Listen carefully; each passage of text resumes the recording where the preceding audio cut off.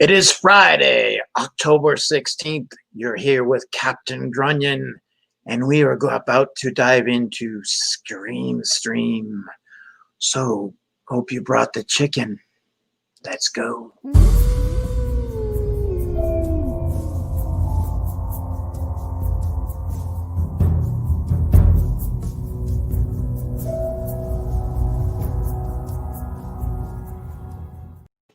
That's right. I'm your host, Captain Grunion, and tonight we are going to talk about the horror icons: Firefly, Baby, Otis Driftwood, and my personal favorite, Captain Spaulding. They gave us a dark vision in the Rob Zombie film. It was graphic and disturbing, and a cult following has made this franchise a classic. Now, the family is complicated, but they have built a home where the family resides, and that is the House of a Thousand Corpses. So we shall see what we have here. Let me welcome you, my brother, Captain Spaulding. One moment.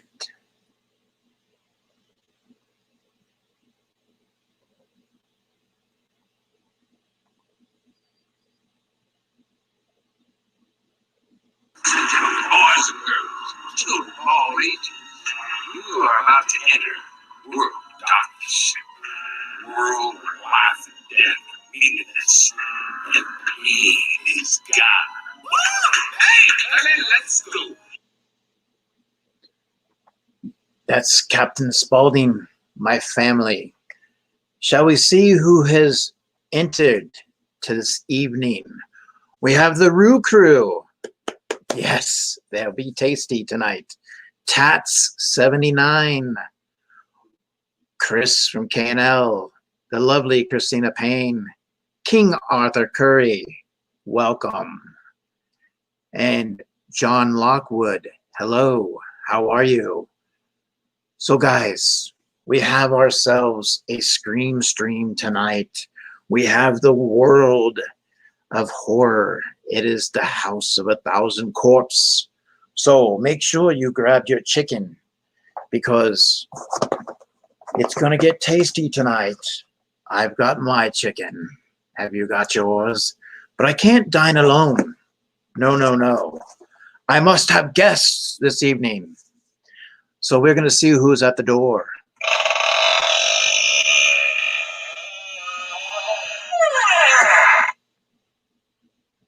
And there they are, our lovely Nightshade and Ken Epidemic.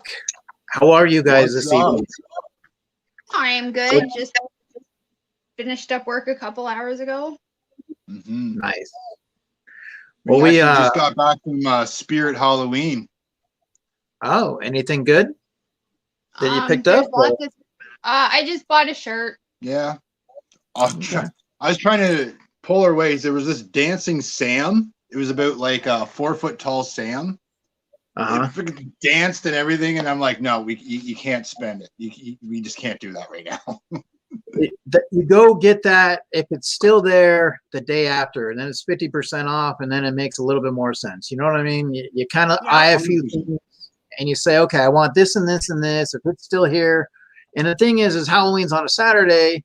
So it makes it nice to kind of jump in on a Sunday, go up there 50% off, and grab it. So we are obviously dealing with a favorite tonight that I know that you guys enjoy, that you guys have mentioned, House of a Thousand Corpses. We have Rob Zombie films. So nice. Let's. Sorry about the glare. The man of the hour. The sexiest clown ever. You know, very nice. The one thing that I would have loved to have gotten signed. Yeah. But I would want to have been there in person. Have a little quick like tat on tat, just like fucking love your work. I'm a huge fanboy. Yeah, just that having it in person cements it. You know what I mean? Just to even if they don't sign it in person, but just having that interaction in some way. like if you didn't get an autograph, just having that conversation, a picture, something that just cements that, so just kind of going through Glenn Smith, how's it going? John Lockwood eating pizza. Well, John, tonight the menu is not pizza. It is chicken, fried chicken. That's what's chicken.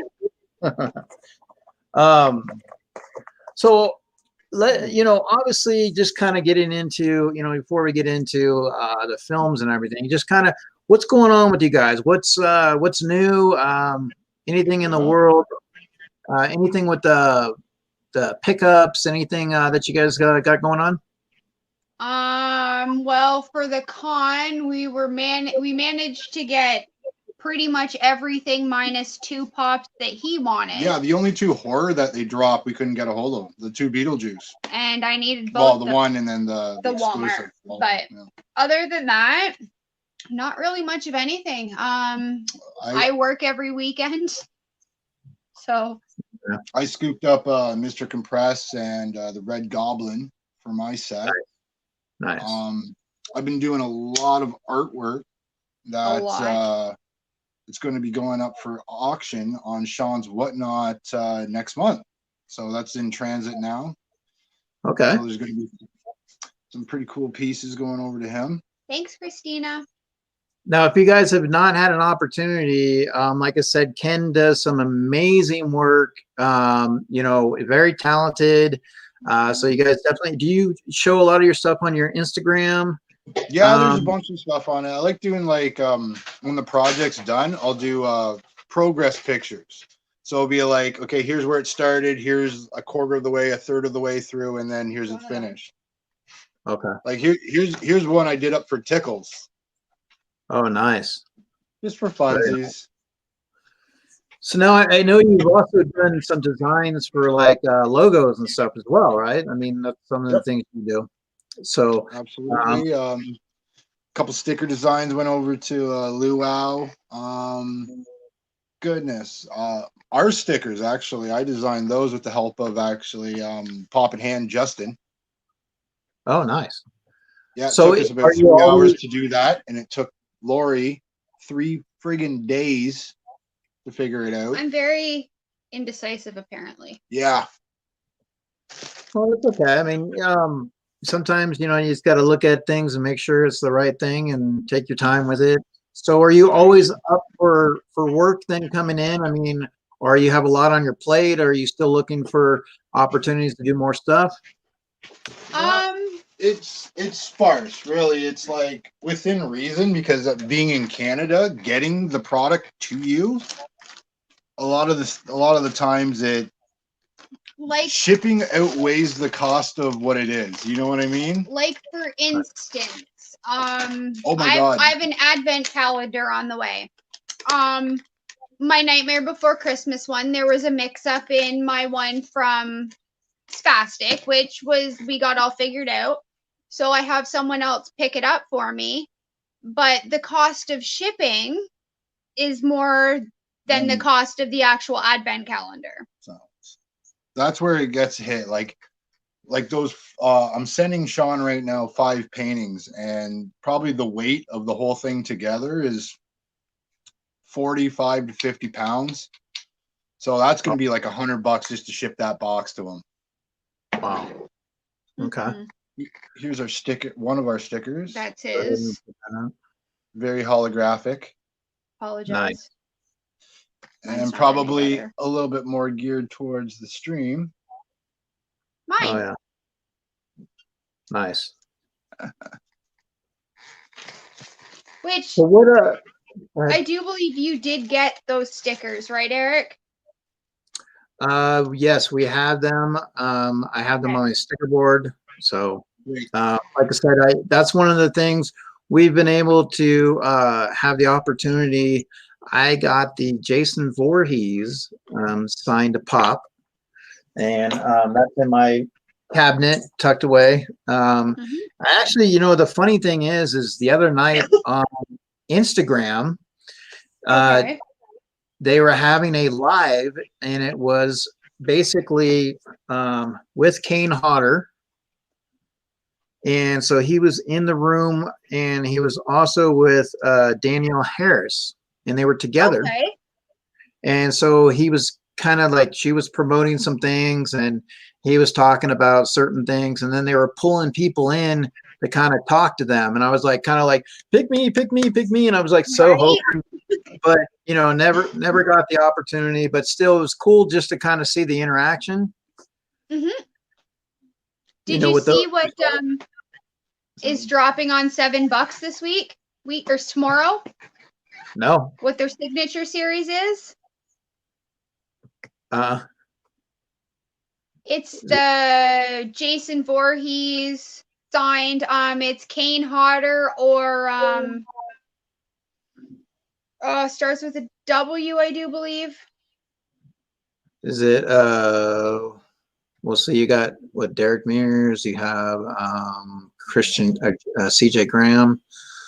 And so a guy that played Jason? I do believe so. Hold on here. Yeah, and with it, you have obviously the one chance to pull the signed glow in the dark. It might have been. Oh, okay. Well, I would definitely have an interest in the glow in the dark. That would be really cool. I mean, however, it's a chance, right? It's not a guaranteed you're going to get that one. Yeah. I mean, I'm still very happy with my Kane Hodder that I have now. Mm-hmm. Oh, no. So I'm not gonna lie, I'm jealous. So yeah, that definitely was a good pickup for me. Hopefully I'm hoping somewhere down the road, Robert Englund, whatever the case may be, I would love obviously to have it in person, but Robert Englund would be nice. And then obviously from Chucky, just having those two pops signed, would be pretty cool. So, hey, Ness, how's it going? Once again, Tat, Christina Payne, John Lockwood, Bob World. I hope everybody's doing good. We're talking tonight about the clown, the man, the family. Got Mr. Spalding there. But yeah, definitely, ladies and gentlemen, boys and girls, children of all ages, now that you're in here, there's no turning back. We have you, so you are part of the stream. So we hope to have a little bit of fun tonight. Now, Robert Wabasaurus is hoping to be on. There's some weather back there. It's creating some Wi-Fi situations. I did speak to him briefly, so he's going to be trying to come on and pop in. So hopefully that will happen. So I definitely appreciate you guys being here. Obviously, going over House of a Thousand Corpse, Rob Zombie, the first time that he directed this film. Now, he wasn't a big fan of this film. It wasn't something that when he looks back on it, of course, they're always their worst critic, but, he said there was a lot of holes, a lot of flaws, with the movie.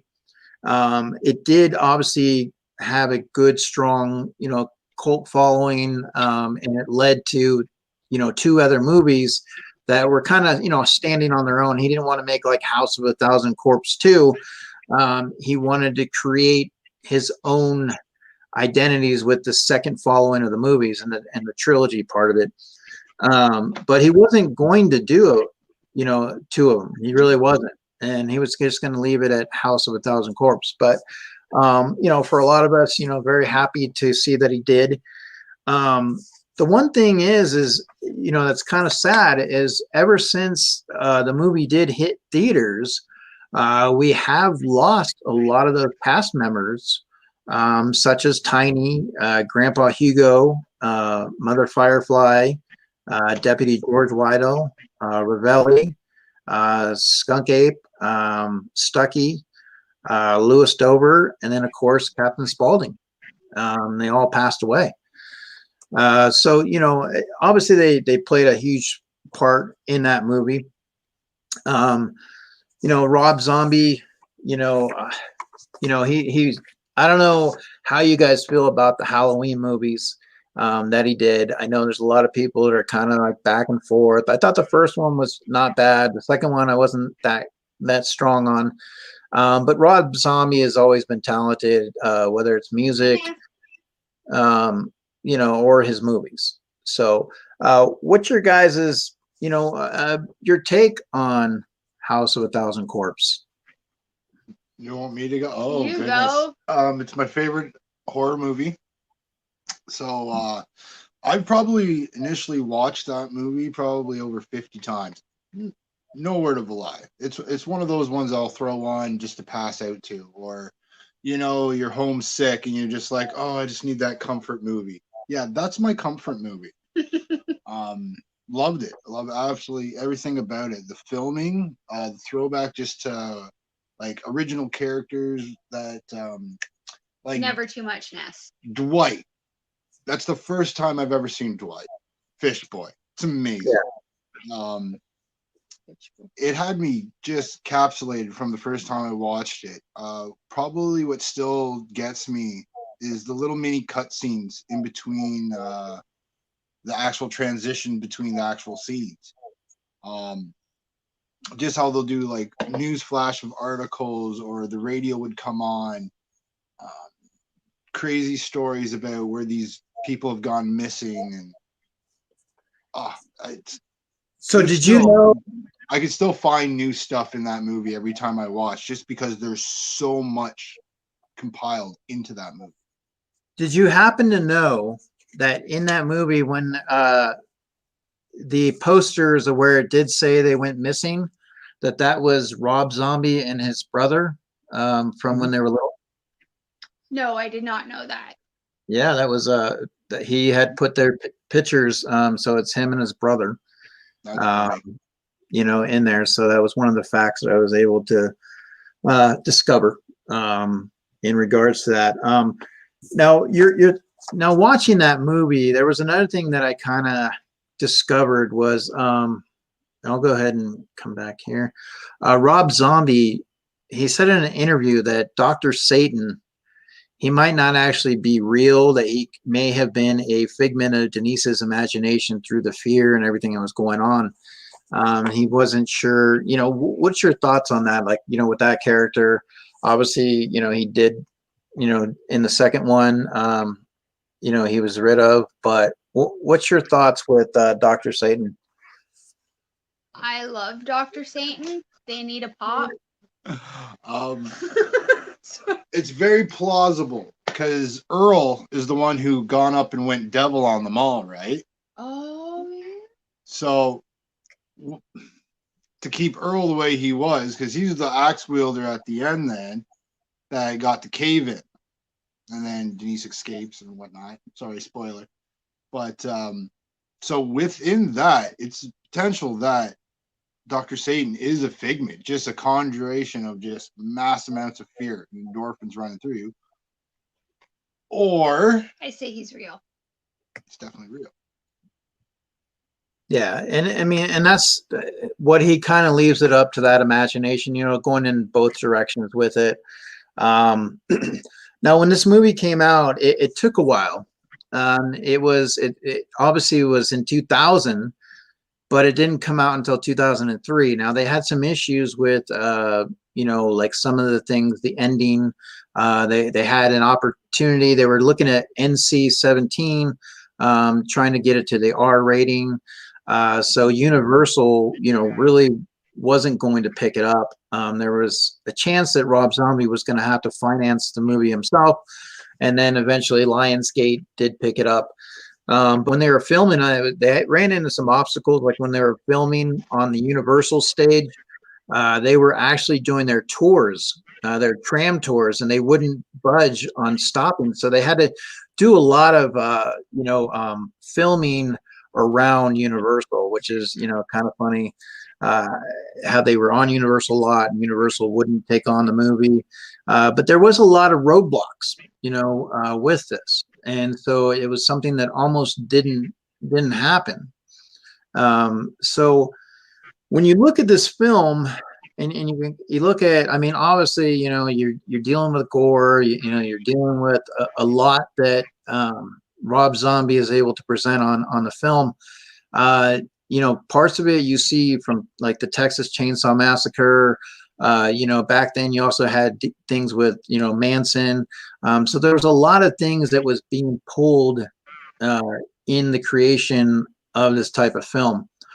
How do you kind of compare this thing with the Texas Chainsaw Massacre? Looking at these two films side by side, now a lot of people, you know, really enjoy the Texas Chainsaw, but you say this is your favorite film. Do you see some of the, you know, the comparisons? I mean, do you like? I really do. The thing with when Rob Zombie directs and he creates his world, he makes every character almost a main character, enough background story behind them that you get invested in with it. So as in like the Texas Chainsaw Massacre, the father, I could watch a whole movie just based on him. Now that was the actor from Full Metal Jacket. Absolutely loved that movie. Loved him as an actor. And he did a phenomenal job in that movie. Well, even in Full Metal Jacket, I remember watching that and just like had to rewind it like 10, 15 times because just busting up how he, you know, handled that role. But I mean, exactly. And even with that he just took that from his actual real life experience. That wasn't scripted. He just went off on the actors and they said, "Fucking let's roll with it." That was gold. Yeah. But with that, like every character, like every member of the Firefly family, I could watch a standalone movie about. Same way. Texas Chainsaw, his mother just working at the sawmill before he had him. That the whole lead up to that, just where the father's at. Yeah. The uncle after he's just like sloppy, even him up. I would love to see it. Like that was just brilliant writing. Well, I mean, you know, when you look at Zombie and you compare, you know, I mean, some of the horror stuff that he does, you know, and obviously, you know, creating the trilogies, and then even now, I didn't get a chance to see. There was another film, 31, right? Yes, I haven't seen it yet. I'm not gonna lie. There's a few of them I still haven't. No, so I mean, the carnival one. What's that? Circus. It's the circus carnival one. Okay. And I mean, I'm sure like each 31 is a representative of like a killer / attraction at the circus. Okay. So it's kind of like that pull from House of a Thousand Corpse, how they're coming into the ride and they, you know, showing the displays and stuff. You know, it's kind of getting some from there. But yeah, I mean, so Captain Spaulding, you know, like I said, you know, amazing guy, you know, character. You know, the opening of the movie, you know, and they come busting in to rob the place, you know, absolutely funny. You know, it's like take your mama home some chicken, so I don't have to stuff my boot up your ass. You know, definitely. Yeah, I mean, Lords of Salem, Chris.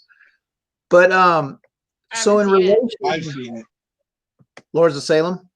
I've seen it. Yeah, it was a movie. 3 from Hell is good. I expected a lot better, but mind you, I kind of based the Lords of Salem off of his song, Lords of Salem, and it's not anything like that at all. And I was upset. But is it supposed to be? I don't know. Oh, okay. I just figured that's what he was kind of the route he was going to go with because he wrote a song about it so many years prior. So I don't know. I had hopes. They were dashed. Yeah, and then you had 3 from Hell. Good.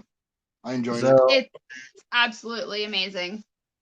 Definitely. I mean, I like, you know, the concept with, you know, the sheriff hiring in these movies, you know, hiring the bounty hunters and having that whole, you know, it was different. It was a different movie, you know, and that's what he wanted to do. Like, you know, House of a Thousand Corpse was House of a Thousand Corpse, but now like they're on the road.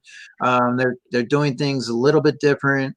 The guys that they brought in, they almost had 2 wrestlers to portray the bounty hunters. They did have one. And then obviously Danny Trujillo, and we did an exceptional job.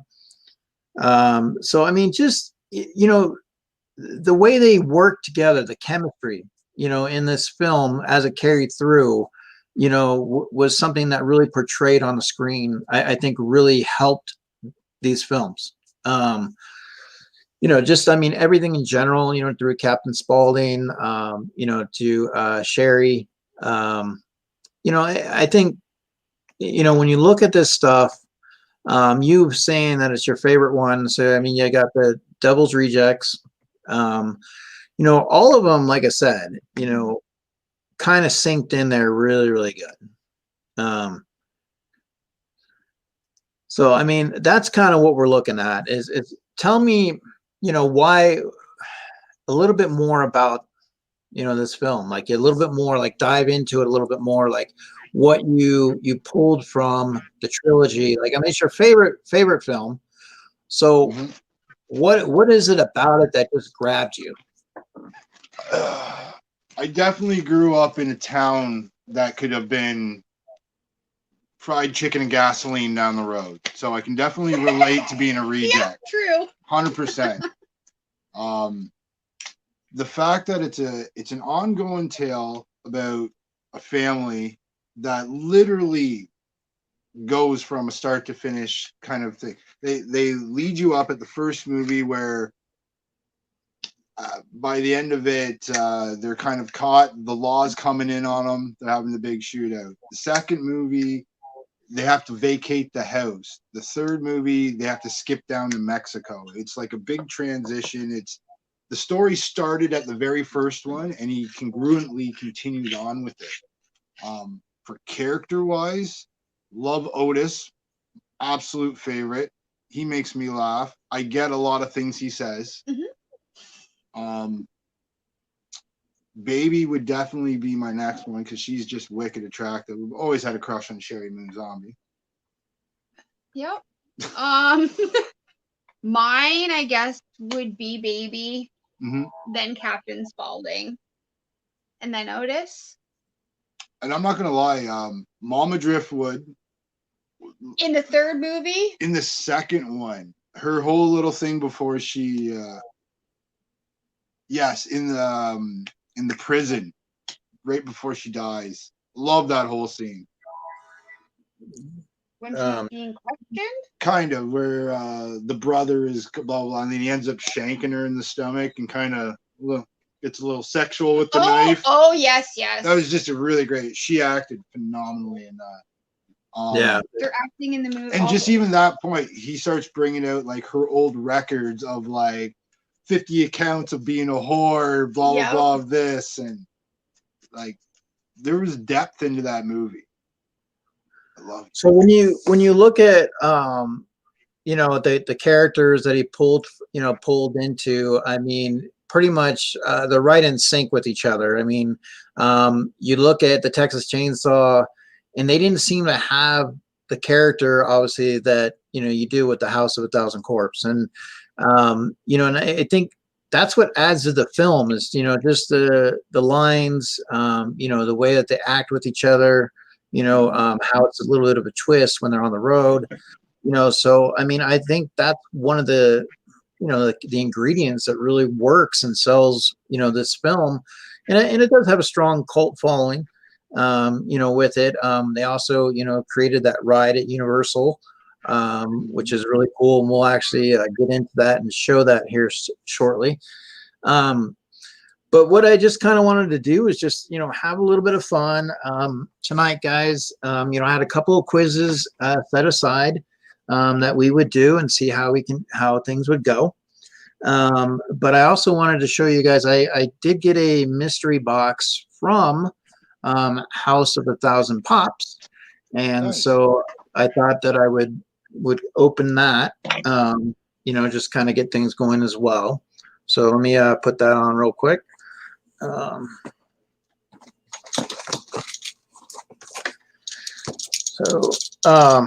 Yeah, House of a Thousand Pops, amazing channel. She's got some great things going on Instagram. She does some interviews. Definitely, we've had her on our first episode of Scream Stream. But we have, so we got her stickers here. Oh, her Carrie one. Yeah, very cool. Very creative. And so these mystery boxes, they were like $25. I don't remember exactly what the top hit was, but I know it was a $25 mystery box for that. So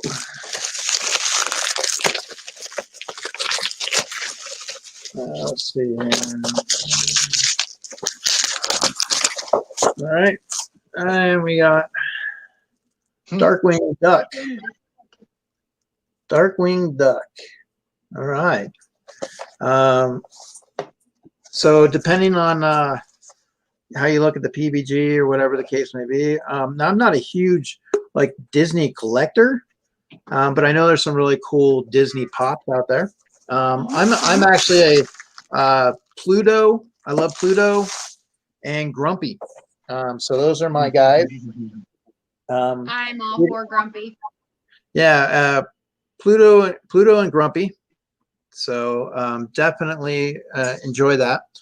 But I do notice we have something here. So let me go ahead and see if I could pull this up. Hold still, guys. Let's see if we can make this little announcement here. Hopefully. Always trying to find that. I think this.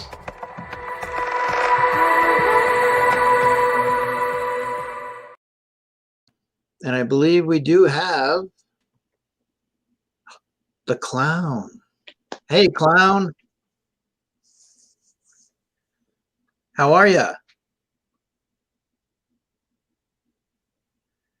Uh-oh.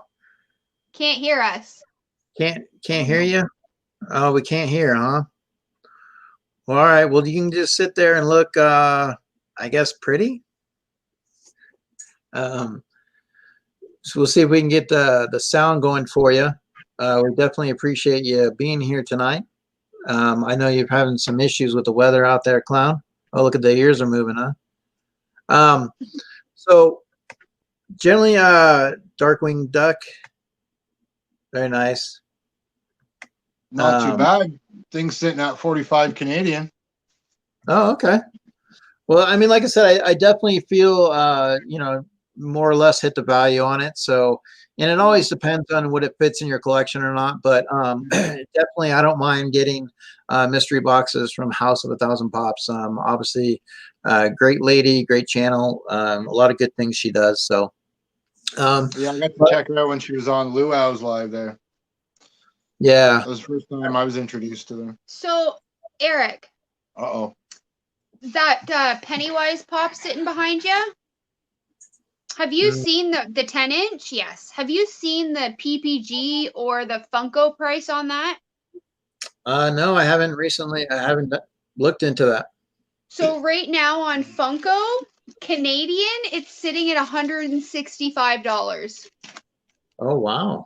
That went from being like a $40 pop to being well over 100 in a matter of 24 hours. Nice. Yeah, I have not taken it out of the box, and I don't remember. I lucked out finding it in a store somewhere, I think. And it was just one of those things where, when you do go into these stores, Walmart, Target, and you see these 10 inches and you're just like, okay, like you better grab them now, because if you don't grab them, they're not going to be there when you go back, So, but yeah. Chris, so put that back in the box. Sorry. Now the one that I'm gonna always keep, no matter what, is my Chucky. I always gonna keep my Chucky. And I like him out of the box too. But and then the other question is what do you do with this guy? I mean, I kind of want to take him out, but I kind of want to leave him in. So I unfortunately can't take him out because he's going to be the only Sam I have. And I'm unfortunately a really big inbox collector. Like, I have very few that are sitting out of box. Yeah. I mean, there's some that I like out of box because of its duplicates. Or they're just, before we even started collecting, we probably opened some stuff. you know, and just kind of going from there. Like So- I've got this one at a box, Oh yeah, nice. and then the pen to go with it. Did you get the Beetlejuice pop with the merry-go-round thing on the top of the head? Nope, because apparently it was going to be. It's Walmart exclusive. Our Walmarts here in Canada don't sell pops, not anymore for some reason. And then I Our heard local one does. our local one doesn't. And I do believe it was supposed to be released somewhere else here in Canada, and to my knowledge, none of the stores got them. Yeah, very few and far between. So I need that Beetlejuice. I need the new glow in the dark Beetlejuice, and I need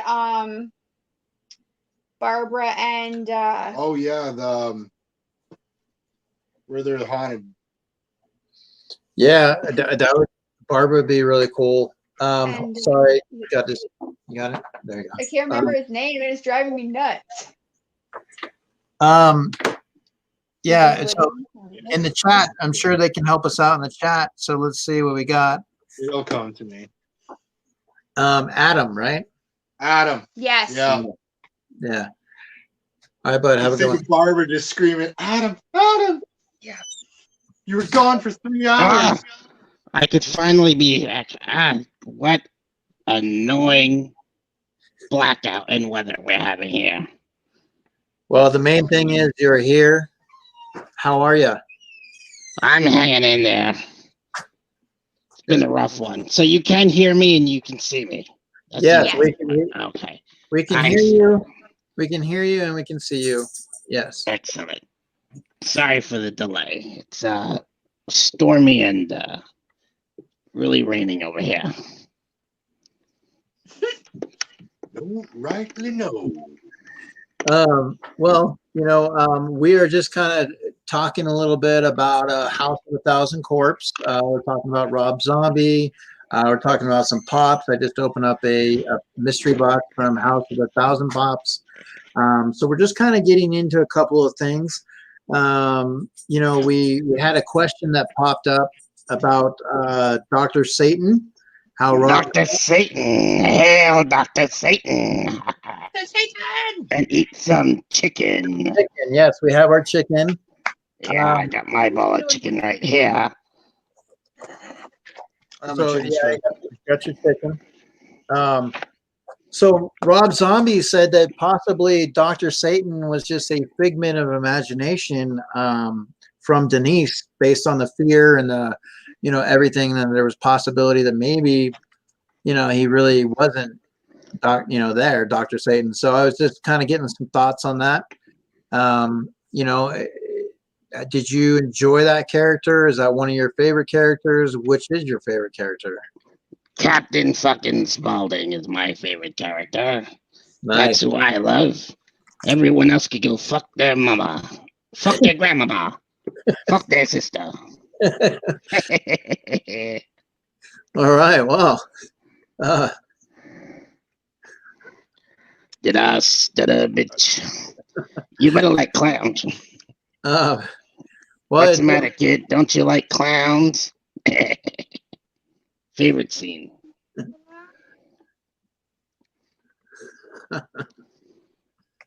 Definitely, like I said, you know, when we're talking in this movie, there was Rob Zombie.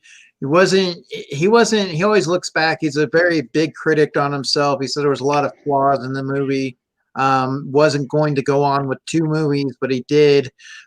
So, I mean, obviously a lot of people are excited about that. They're happy with, you know, the way that things have shaped up with the storytelling. You know, because there's a lot of story that was told with these characters. So you obviously, we'd like to talk about the psychological aspect of things, and we'll get into that with these guys. But first, what I wanted to do is I wanted to pull up a quiz. I wanted to make sure I got that going too. I did have 2 quizzes tonight, guys, to do. But before I do that, I also wanted to pull something up on YouTube. So let me go ahead and do that. But go ahead, Pagalachi, tell me what's going on with you. Like, what's going on this week? Well, this week we've been kind of busy rearranging here and had the house to ourselves because a certain Wabasaurus has been MIA.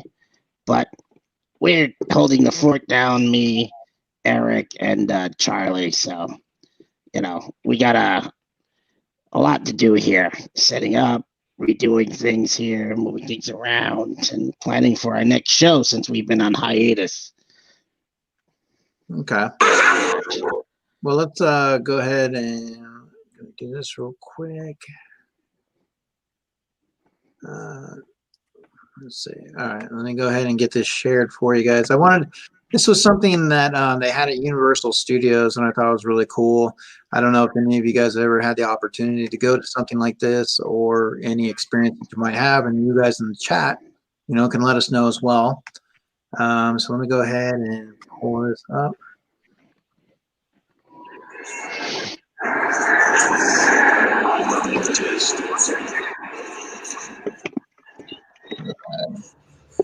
Hearing about going to House of Thousand Corpses from the mind of Rob Zombie, who is he's insane. I mean, this movie is all over the place, but really, really cool in really, really weird ways. It's not last ways of the night, but certainly not least. We got this!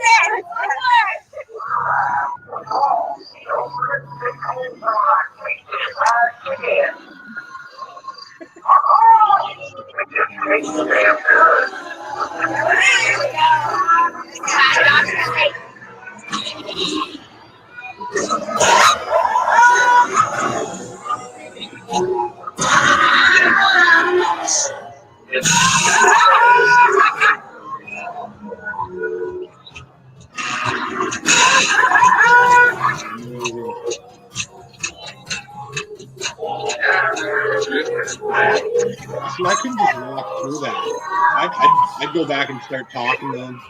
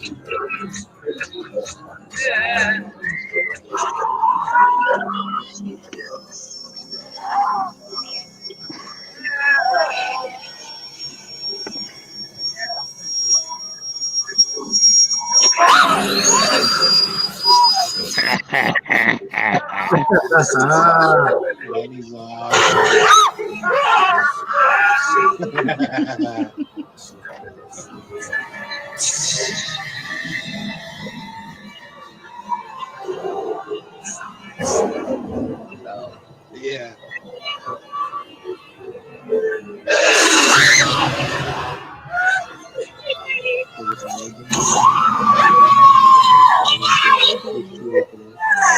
Someone who brings a Christmas candy. Yes, the wall. With all the dolls.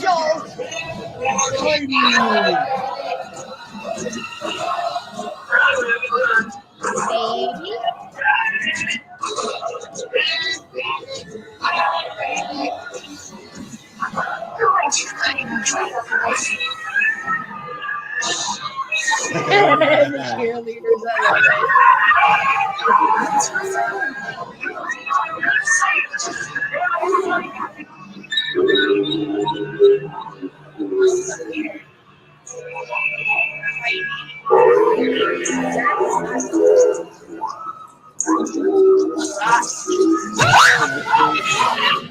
The tape. The movie is real, and you found it.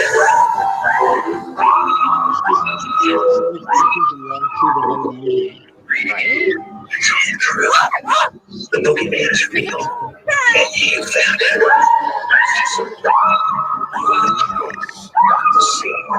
Has ever been discovered.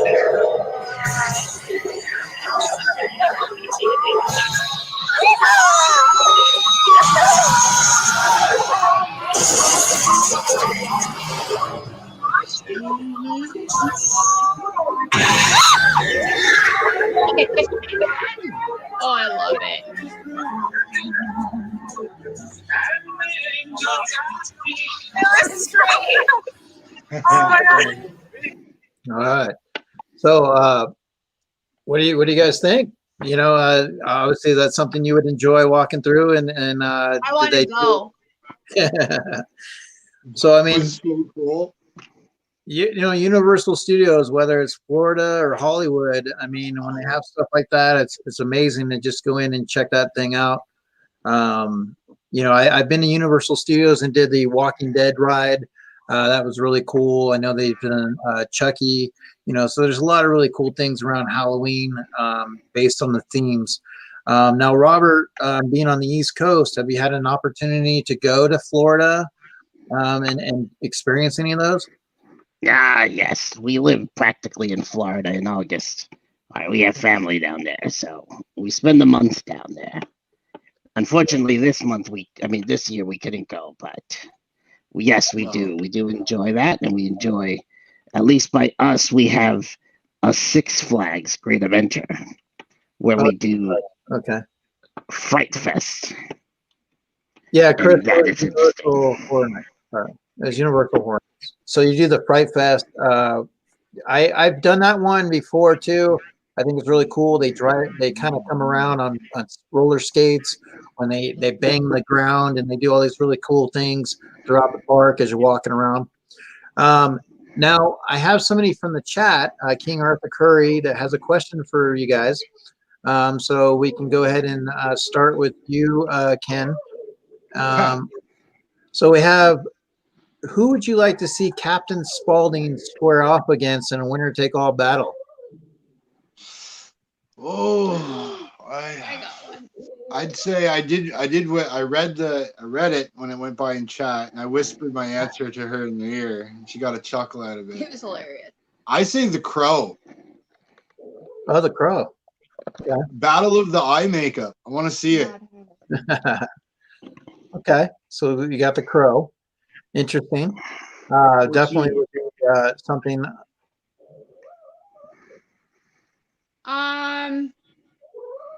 I'd say the Mad Hatter. Oh, the Mad Hatter. Watch that. They're All both right. a little crazy. I don't know. Which Mad Hatter? Please don't say Depp. Okay, no. He just ruined it for me. What about you, Pagliacci? I would say Sheriff Hoyt, Charlie Hewitt. That's the brother of Leatherface from the remakes. They're both shit talkers. Would love to see them square off with one another. So I would love to see him. Can I take my answer back? Or Twisty the Clown. Fuck! And there you go, Twisty the Clown. Damn. Twisty the Clown.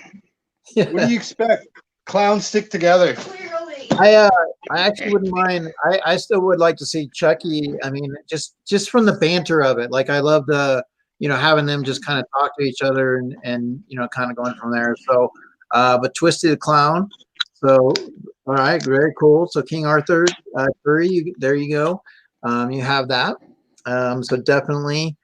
So it gives you something to think about there. But what let's go. Oh, let me pull up the quiz, guys. That's what I want to make sure I do for you. So while I pull that up, why don't you guys give me a little bit of background about the second film? You know, what your thoughts are on the second film to the series. The Devil's Rejects. Yeah. Very gory, very torture, like torture porn, essentially. That's what that movie was. That's what they call it, the subgenre. So much blood, splatter, all just for the shock value. It was all right, in my book, but could have been better. Not as good as the original. I love the original. The original is just psychedelic. You know, even the editing is all weird and crazy. Mm-hmm. They still tried to do like as I said, how I liked how they broke up each scenes with the news articles and whatnot. They still tried to do it, but the way they filmed it's completely different. It's they put a different film over the camera or something. Yeah, film style, film stock, all that. So, King Arthur was said, what about Captain Spaulding and Pennywise? I did say Pennywise, but it was cut off. I just think he'd lose. Who? Spalding? Spalding would Pennywise lose. is my uncle. Pennywise is Pennywise my would uncle. fuck Spalding up. Fair enough. I'm just saying, if you want to get into it. Yeah, I mean, it's a different type that you're looking at, right? I mean, with Pennywise and Spaulding. So, Well, like even when I said the Crow's technically like has like superhuman-esque powers, but he's closer to being like just a basic serial killer. True. so what about like maybe Captain Spaulding and the Joker? Ooh, that would be good. See, I like your thought there. They're both on an evil playing field. Yeah. Right? So I mean, you have something. It's all what they bring to the table. If they want to bring gadgets, if they want to bring weaponry, they don't have a superpower to rely on. They're both just in the head. Mm-hmm. All right, so guys, we have this is going to be on 11 questions. It's going to be on House of a Thousand Corpse. So this is our first quiz that we have. So feel free to join in, kind of go from there, and we'll see how things are.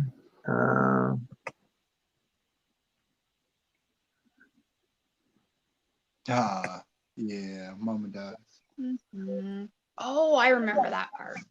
It was a wicked scene. Yeah, she was awesome. You can burn in hell.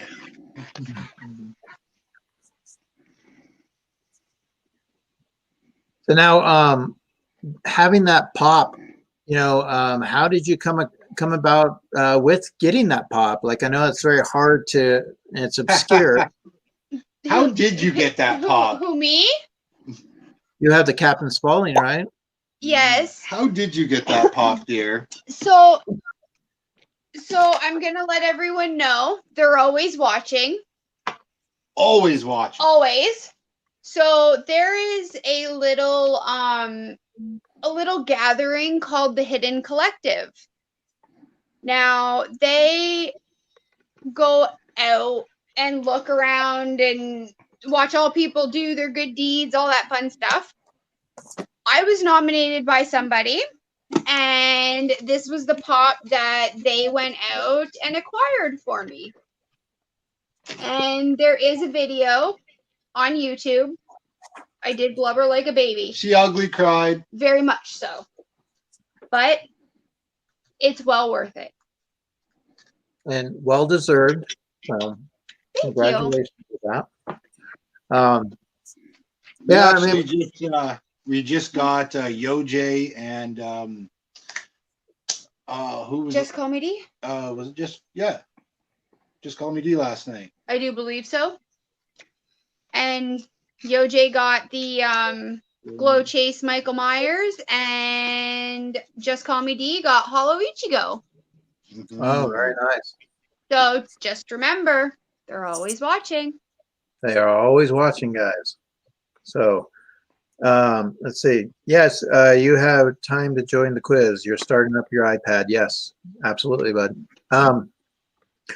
So when we look at these films, like I said, the characters, Robert, how would you define Captain Spaulding? Like, what type of character is he? Obviously a sociopath. One of those cunning sociopaths. Charming, very easy to fall for, but then it's just that evil sadistic side. He reminds me of what was it? The Sawyer father. Well, it was the brother technically, or whatever. But Drayton Sawyer, that's the name, Drayton. It's like the character that seems like he's the normal one, but he's really the enabler, if you will, of the group. Yeah, and he's not right in the head. So Not very many of them. Exactly. He's the patriarch of the entire Firefly Club. But almost like he's taking a back seat in the beginning, but then you realize he's the craziest one. Mhm. Yeah, well, he is one of the craziest ones, and I mean, but they seem to feed off of each other. But at the same time, would you say that? I mean, they all have their glorified moments. But how would you guys classify Baby? With her, like how she's obviously amongst the men. Um, is she in charge there? Is she? She's along for the ride. She 100% is along for the ride. She had the architect of her mother growing up, Yep. learning and watching what she does, and Well, it really shows that she is literally a child. well, she's favored. Her nickname or her Well, name clearly. is Baby, right? Mama's favorite one. So literally she can get away with, for lack of better analogy, murder and nothing, no consequence, no whatever. So to her, she's just along for the ride, for the sensation, to feel every plausible thing in life, be it good, be it evil, be it whatever twisted fantasy she can concoct. But she does seem to have, like, when she's sitting on the guy's lap and cutting his hair, and then asking, who her favorite, character is, and she'll let him live if he gets it right and stuff. Just, like the way her screen presence coming in there, she really seems to enjoy it the more things go. You know what I mean? Like, she's along for the ride, but it seems that she really wants to let them know that she belongs there. Like, she's, hey, I can do just as well as you guys. That's kind of feeling I get with her from She some feels of like her. she has to prove herself. Yeah. I didn't.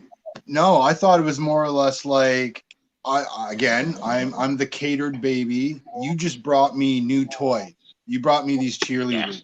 You brought me these things to play with. Okay, do. She does. And she plays with them and then disposes of them and then on to the next thing. So it's Like not a like spoiled little girl. Yeah, exactly. To me, her representation is still a young child. Hence the name Baby. No, I get it. So let me go ahead and I'm going to make sure I am sharing this so everybody can get in there. I want to put that in. So like I said, joinmyquiz.com.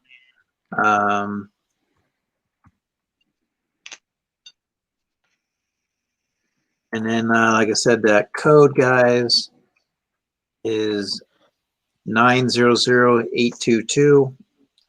And that'll kind of go from there. So Also, keep in mind that Baby is like the lure for bait, bringing in the victims that would have ultimately come.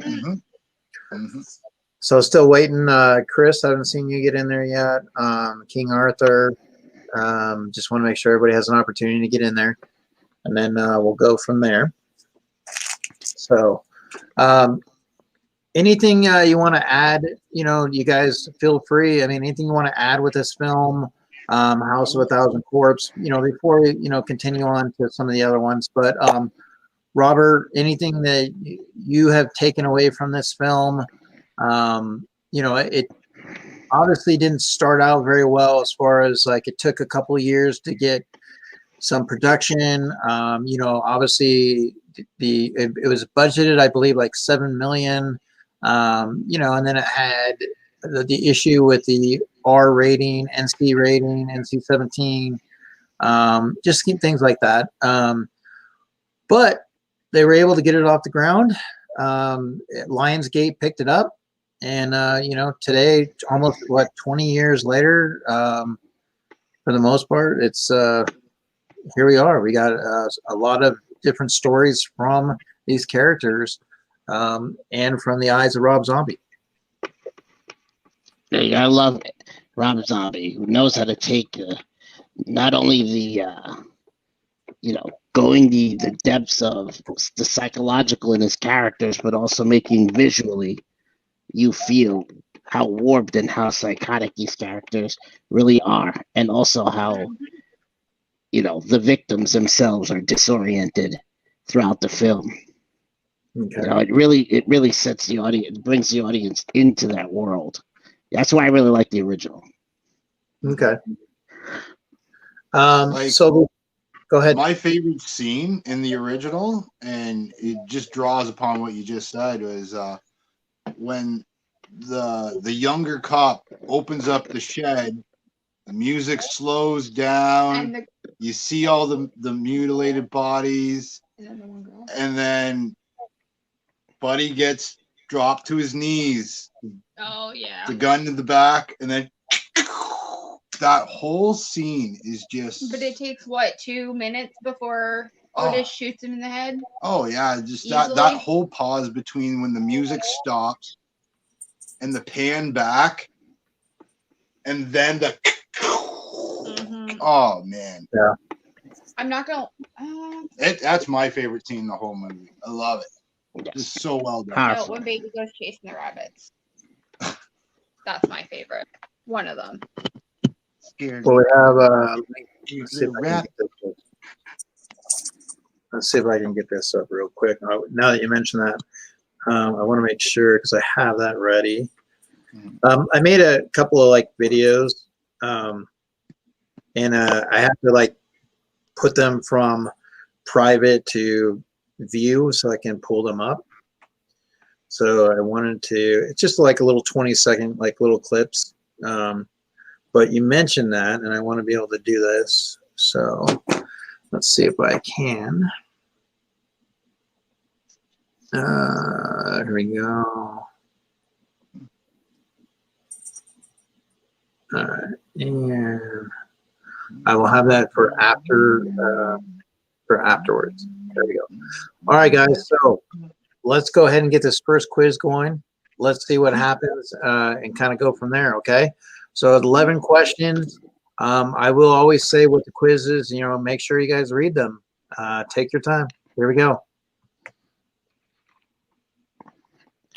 And 5, 4, 3, 2, quiz.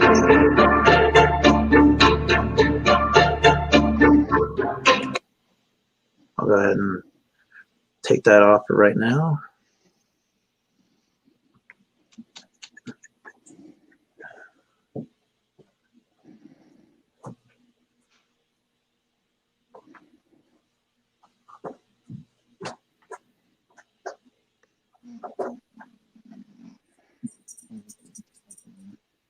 Oh, it was that I freaking wanted to click it. I know.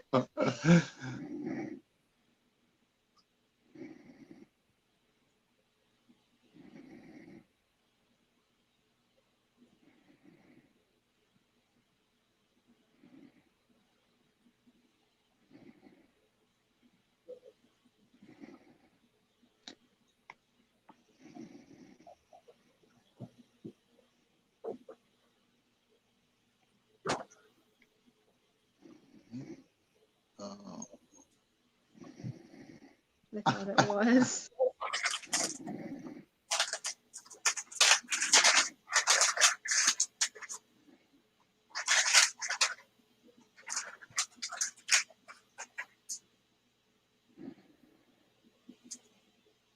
I want to say that movie so bad.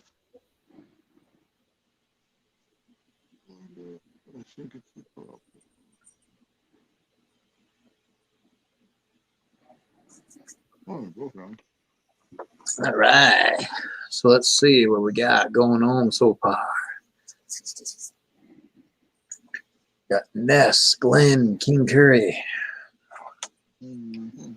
Oh. You gotta read it. Yeah, I'm stupid.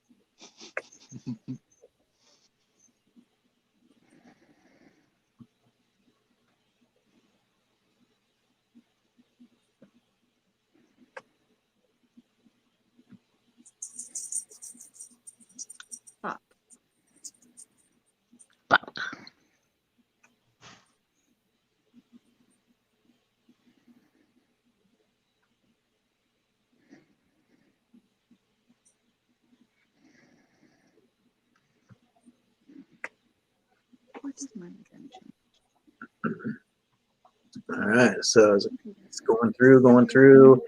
Got ourselves some battles here. See what happens. Getting close to the end.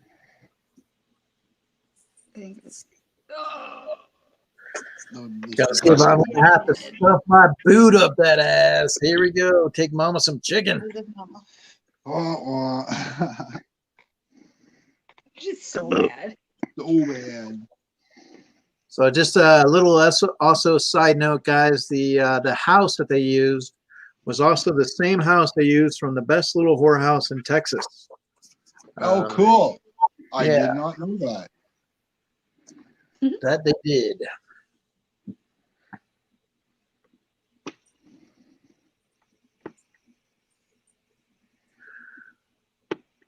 Okay, so it looks like we got Chris House or K House of Horror, right? Let's see here real quick. So Neth came in first. Nice. K House of Horror, and then Nightshade. So is Wabosaurus, King Curry, and Glenn. So Chris, are you the? Let me double check. Hey, how are you, Geeky Mama? Geeky Mama Bear. Yeah. You gotta say hi to our Geeky Mama Bear. Let's give her a little hi. That's funny.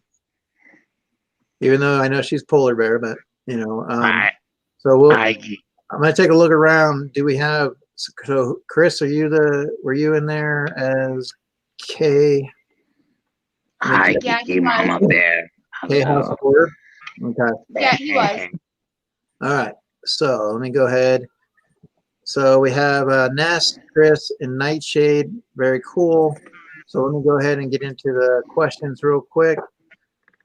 So sure we got this pulled up here. So in the opening scene, A House of a Thousand Corpses, when Captain Spaulding's being robbed, what 4 items are in front of him on the counter? We have a gum, map, a dollar bill, a lighter, bucket of chicken, a lighter, a Coke, and a bell, a duster, a pumpkin, and a clown statue, a pumpkin, stuffed crow, a phone, and a wig. It was the bell, the duster, the pumpkin, and the clown statue. Now, like I said, some people would notice those things. Some people, maybe after they watch it a couple of times, they'd be like, oh, yeah, it was there. What is the name of the museum and House of a Thousand Corpses? So do we have Captain Spaulding's Chicken, Gasoline, and Haunts, The Little Shop of Horrors, Captain Spaulding's Museum of Monsters and Madmen. So that is what you have there. Very cool. What movie did Rob Zombie first direct? It was House of a Thousand Corpses. Thanks, And Chris. You too. what was the name of Rob Zombie's band? So we have White Zombie. So Rob Zombie had a brother. What was his name? Willie, Haig, Cooper, or Spider One? It is Spider One, which is a weird name on that, but that's what they were showing down on that. So, and like I said, in the movie, Robert, I don't know if you noticed earlier, but we mentioned when there's pictures of the kids missing, when there's like the missing posters that they got, 2 of those kids are actually Rob Zombie and his brother in that. So Rob Zombie directed a remake plus a sequel. What film was that? It was Halloween 1 and 2. And who is this? Puddin' Alice, baby. Sure. So Rob Zombie directed House of a Thousand Corpses in 2000, but did not come out until what year? It was 2003. The movie opens up with an ad for a Halloween movie marathon, which is hosted by whom? It was Dr. Wolfenstein. Jerry is looking through a magazine while the kids are on the road. There are close-ups. What is Jerry looking at in the magazine? It was the Manson women. And on what date did the beginning of the movie take place? And it was October 30th. So nice job on that for you three. So this is what I have that I'm going to send you guys. Okay. Of course, I'll have to get them. And one of the things is obviously when we do giveaways and stuff, you know, we send them out when we can. But let me show you here. I personally ordered them, so I will send them to you guys. And so it would be Chris and Ness and Christmas. And Ken. So obviously, you know, I have your Jack Skellington pop to send as well. So we'll be sending this out for you guys. It's a promo card with Sid Haig. So, you each will get one of those. So, all right. So we definitely have that. And then let me go ahead and send this. So you were mentioning there was a scene that you had mentioned, and I did a little video on it, just a little clip, but I thought it was necessary. Hey, want to play a guessing game? Little rabbits. Run, rabbit, run. Run,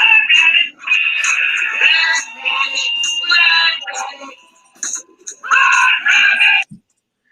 All right, just a little, obviously, you know, just a little promo. But definitely you have that there. So Run, rabbit, run. Run, rabbit. But yeah, so Chris and Ness and Ken and Laura, you guys will be getting those. So that is what's really cool about that. When we do have another quiz, will be based on the second movie. So now, obviously, the second movie was what, Pagalachi? The Devil's Rejects. The Devil's Rejects. So obviously, the Devil's Rejects, you have these guys here. Now, Ken and Lori, why don't you guys tell us a little bit how this story, you know, the second one gets into it? Like, you know, what's going on with the sequel here? Obviously, you didn't want to make it House of a Thousand Corpses 2. So we have, you know, the Devil's Rejects. Any thoughts on that? You're better at Oh, movies fine. than I am. So they do pick right up after House of a Thousand Corpses. Like, if I do remember, the opening is them waking up to a raid on the farm. Mama getting busted, and the Devil's Rejects dipping out the back. Well, I believe Tiny's still kind of left walking the property with his dead doll. I loved it. I really did enjoy it. It got a lot darker. And I mean, like, dialogue wise, it got a lot darker. And obviously, I honestly do agree with you about the kind of the gore smut there. Really becomes prevalent when, like, the one chick bolts out in front of the transport, and yeah, you get a nice little close up of all the entrails and all that fun jazz. And it's just like, okay, I get it. Yeah, I know what roadkill looks like. Yeah, it's I mean, it definitely gets into that gore aspect. I mean, there's a lot. I mean, with these guys, I mean, obviously they're on the road.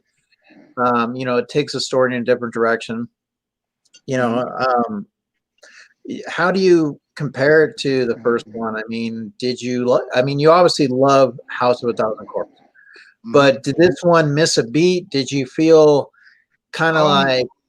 Honestly, with like second like sequels and whatnot, they always kind of drive a more comedy effect into it, and I really felt that with Devil's Rejects. Like there was a lot more like subtle jokes, even going off with like some Duty fucking Fruity, you know, like I love that scene. It's hilarious.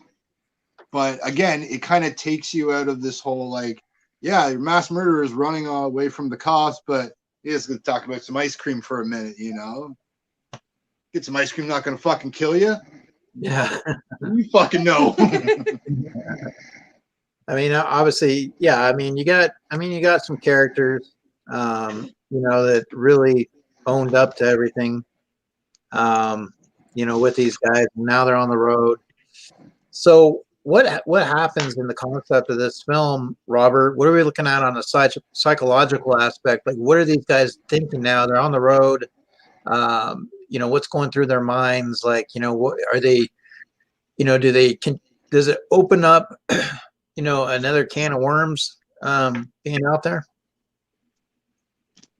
I'm thinking that these people just wanted to make sure that they tortured, and basically that was their way of fun, their way of expressing pleasure, and their way of expressing themselves was through the victims. I mean, just look at the scenes in the hotel and the way that they were tortured. It's you know, it's psychotic. So the psychological element, I mean, these people were not only bipolar, but probably a lot of them were tortured while they were growing up. Yeah. But there was like a message within that. Like they wrote the rejects on the wall in blood. Mhm. So like there is a method to their madness. Sure. I think them being on the run, that's not like that's normal to them. They called up their who's the brother, the pimp. God, I can't think for a second. I can't remember his name. Right, and then he to the point where like he's housed them before running away from trouble. I know I'd shoot that motherfucker no good if I ever seen him on my lawn again. And fucking he's got the fake gun. But see, they've been dated all the way back. They were running with the Groucho Marx crew. That's how they end up finding the whole list of their names and how they have a relation to each other. So Right. They've been doing this for a minute. What do you think? I mean, Robert, you know, as far as like, you know, they're out there on the road, you know, how this film takes a different direction. You're obviously looking at, all right, Robert, thank you. He's having issues with his Wi-Fi, guys. So that's the thing. But in the meantime, you know, not a problem. So I had a couple of questions to ask you guys in relation. I wanted to kind of like some trivia questions just to kind of see, test your knowledge a little bit. So I will, and you can chime in, whoever, you know, wants to is fine. But what person did Captain Spaulding have tatted on his arm? I know it. Fuck. It was right here. I can even tell you where the fuck it was. I know where the tattoo is. I've seen it a bazillion freaking times. Back when the Duke nabbed Oscar. Oh. John Wayne. Okay, yes. What other Duke do you know? Goodness. So yes, John Wayne. Very good. So very cool. So let me go ahead. So blacked out again. All right. If nothing Well, comes hopefully, on, you're only going to see from here up. Well, and I mean, the You did Nest, yeah. Well, she can even talk behind the avatar. I mean, Hey, girl. Nest does so many wonderful things. Um, so do you know who played the cameo as a flashback of Ed Gein? Was it Rob Zombie, Sid Haig, Matthew McGrory, or Bill Moseley? Bill Moseley. Yes, Bill Moseley. Very good. It's the forehead. It's the only reason why I guessed that. The forehead. I guessed that. It's the only reason why. So the names of the films, the villains, the names of the villains in the film were taken from the names of which characters from, you had said it before, but these are characters from an older TV show, an older classic, and they took the names from this particular show or this comedian. So the villains, their names came from, they were shows in his, let's see how I want to say it without giving it away. So he had like certain shows. For example, I'll give you one. Groucho Marx? There you go, Groucho Marx. Yeah, Wobosaurus. Marx Brothers. Marx Brothers, yeah. I think I was sitting there staring at it. You have Animal Crackers with Spalding, Night of the Opera with Otis Driftwood, Duck Soup for Rufus Firefly, Day at the Races for Hugo Hackenbush.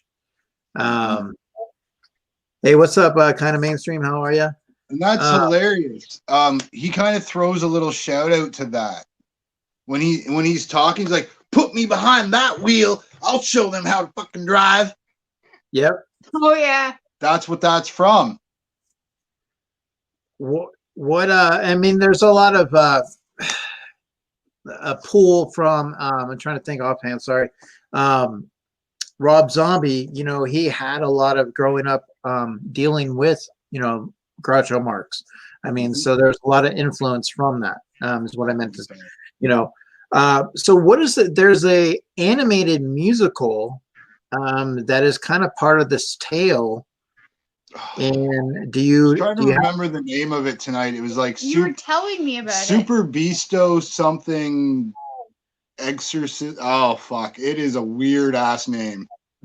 You're pretty much on the money. Let's see if anybody in the chat can get it right on the money. I but didn't you're even right know there. it existed until he said something. Yeah, I was just like, well, you said you were doing Rob Zombie films. I'm just like, okay, I'm running through them all in my head. I'm like, well, have you seen this one? What about the animated one? She's like, animated?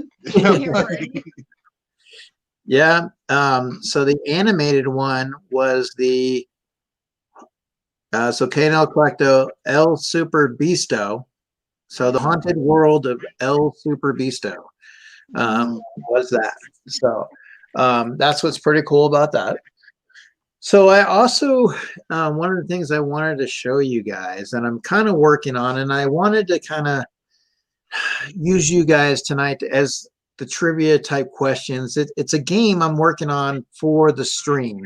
There's a lot of people that are playing games, and I'm looking for something for the horror stream to do. And so I'm obviously in transition with it, and I wanted to show you a little bit of it tonight and maybe get some feedback from you guys. Let me pull this up here real quick. Let's see here. What I'm doing is, because usually when I do my YouTube videos, I put everything on private. And then from there, I will pull it up as public, just so I can pull it up here. So I'm doing that. But I'm going to go ahead and show you the intro to what I've come up with is the intro to the game. And like I said, I'm still working on it. I'm sorry. How I want to put it together, whether I'm going to do it for the chat or whether I'm going to do it for guest, things along those lines. Let me see here. So do this, and let me go ahead and pull this. Yeah, sharing the screen. How's the weather out there with you guys? You guys getting some fall weather coming through? It Yep. literally just started up about this the start of the week. A little bit of rain, all that ugliness starts dropping in. Leaves have already hit the ground, so Yeah. man, Sorry. actually friggin' where is it? About Somewhere out west. 4 hours north of us right now, they've got snow. Oh wow. Yeah, yeah. Sudbury? Yeah, no, Barry? a little bit further than that, like up in Plevna and that. And I heard out in Alberta and BC, they already started getting a bit of snow. Out west already has snow. Yeah. Well, we usually here in Tahoe, we usually get an early dusting right around Halloween, the end of the month. So we'll see.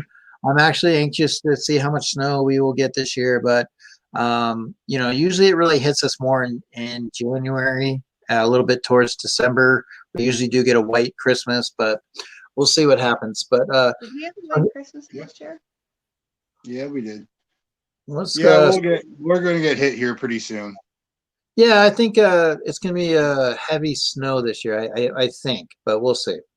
All right, so like I said, the concept of this game that I'm going to do is pretty much I would say I would pitch you guys together, and then I would have Robert in there, so I'd have three people.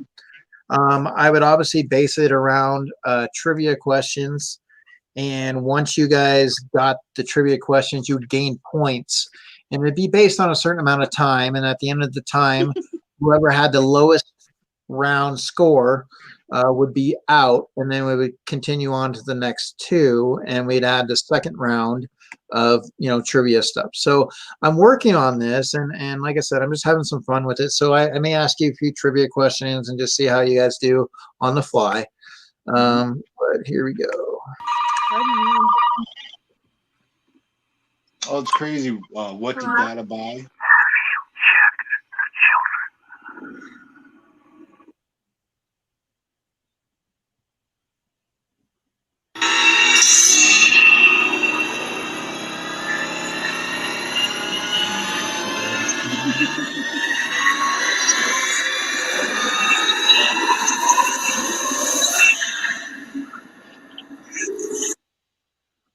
So that is so basically that the premise of that is resident or or will you be left for dead? So obviously if you win, you're the resident of horror. You're going to be able to answer the trivia questions, gain the points. It'll be based on horrors, maybe some sci-fi, a couple of things sprinkled in there. And then everybody will go on to some rounds. So whether it's something I play with the guest, I may do it with Robert and maybe somebody from the audience.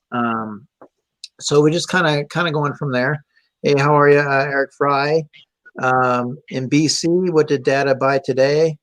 No snow here in BC. Okay. Yeah, that's what I was saying. My brother just moved up there, so he was saying it was snowing. Well, I enjoy the snow. I mean, I don't want it all the time. I mean, we actually had snow in the month of January that we didn't go to school the whole entire month. I mean, there was so much snow, they couldn't get the kids to school, the buses and everything. So we were not able to go to school at all. So it was kind of interesting. So I have the second quiz to pull up as well. Okay. And this is obviously going to be on the Devil's Rejects. So what did you like about the Devil's Rejects? What did you not like? There's not much that I didn't like about the movie, if Okay. anything, really. I enjoy all of the movie, like all of them. They killed off some characters. They killed off Mama. I didn't like that. I liked Mama. What I did like about it, I love the ending scene, how they did the music draw away with the final gun fight with the car. Great. Love it. Yeah. Trying to think.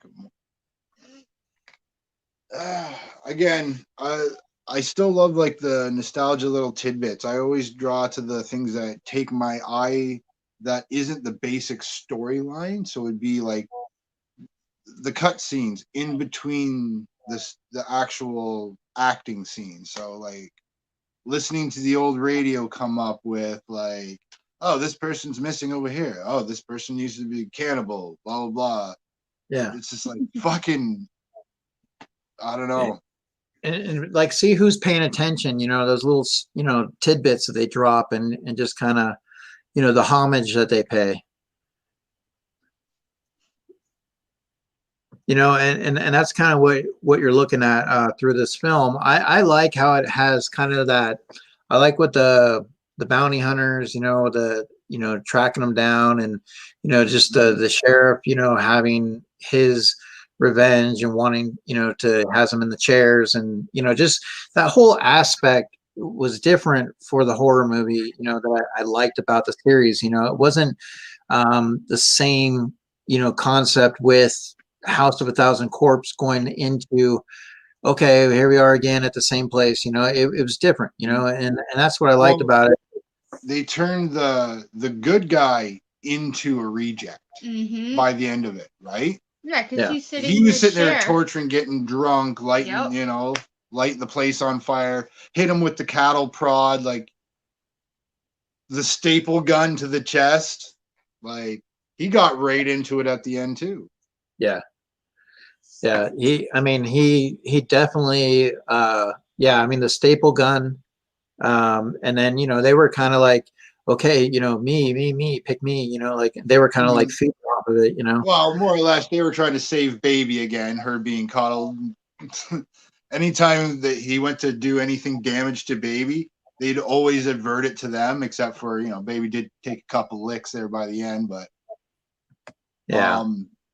again, probably what I didn't like overtly was how the comedy aspect of it. Like when the brothers, the one brother took his janitor guy to go see about the roosters.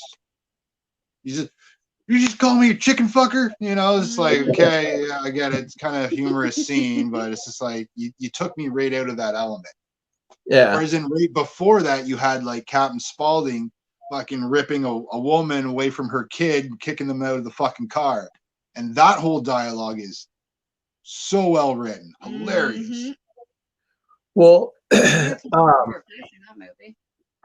do you think, but the thing is, he loved Groucho Marx. I mean, he grew up with, the Marx Brothers. So do you feel like, maybe that was something he had to put in that comedy aspect? Like he felt these were characters that kind of pulled from there that were based on that. So adding that comedy element to the movies, was something that he kind of looked at.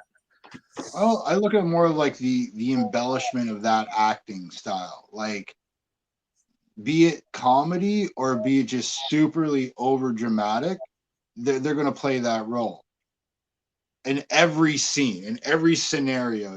They're not going to just go to the bathroom normally, like we would just like, okay, excuse me, I'm going to go to the bathroom. There's going to be a show and dance of them getting to the bathroom and a production, and that's them. I will watch it on my next day off, Ness. Like, 31. That whole interaction with the kid. Don't you like clowns? Aren't we fucking funny? If you don't have a good reason why you fucking hate clowns, I'm going to come back and murder your whole fucking family. Yep. Like, that is hilarious. That kid is scarred permanently. All right. Well, let's get into, let me pull up the quiz here. Let's see. Because like I said, I was able to put some together. So, obviously with weather and situations, you never know who's going to be able to pop in, with their stream, with Robert and stuff. So I'm glad I was able to put something together. And we'll see from here. So this is Devil's Reject. Let me pull that up. So it's 10 questions. So we should go through that. Now, is there any other, are you very happy with a lot of the Rob Zombie films? Now, I know you mentioned, the Salem, You weren't Yeah, I didn't wasn't see a fan of the direction they went with that one, but literally, like, probably 85% of what Rob Zombie touches with a film, it's great. Like, Yep. even the ones that aren't, in my opinion, his best, are still visually and like fucking. They're. Ness said it. It's odd. Lords of Salem is odd. Yeah. What about He's what twisted. about his take on Halloween? I actually really enjoyed it. I really honestly did. It's one of those movies I can put on to go to bed. I could watch it every day. One of the first times I've seen a remake modernized and be acceptable. Like, yes, I like the original one back then. That's what the characters would have done. That's just the mindset of like the time and age. The new one he did with, like, you know, kids are texting and they're doing whatnot. Yeah, that would happen. It was dark. It was like, it was close to home. You know what I mean? Yeah. What would you like to see? What kind of project would you like to see him take on? Oh my goodness. Like, what do you think about like, let's say Nightmare on Elm Street? Like, do you think he would have a good vision for a Freddy? Yeah, him having a good twist on a Freddy Krueger film. Yep. You know what I think would be fun? Let him direct a season of American Horror Story. Oh my fucking god. Just let him do a TV series like American. Oh my god. I think he would shine. I'd just give him like a shot at one of those two. Another like a full-length movie project that I'd like to see him tackle. I would like to see him do I would like to see him do something not horror. Oh, I hate you. But you know what I mean? I was gonna say an actual monster flick, like be it like werewolf or like a Dracula or something, like a monster one. You know, maybe they talked like about Black Lagoon or something. So they talked about Universal kind of creating a shared universe, coming through and revising some of the old classics. I mean, that'd be pretty good to see somebody like Rob Zombie have a different spin, you know, on some of those classics, you know, just to kind of see what could be done differently, you know, his vision of it.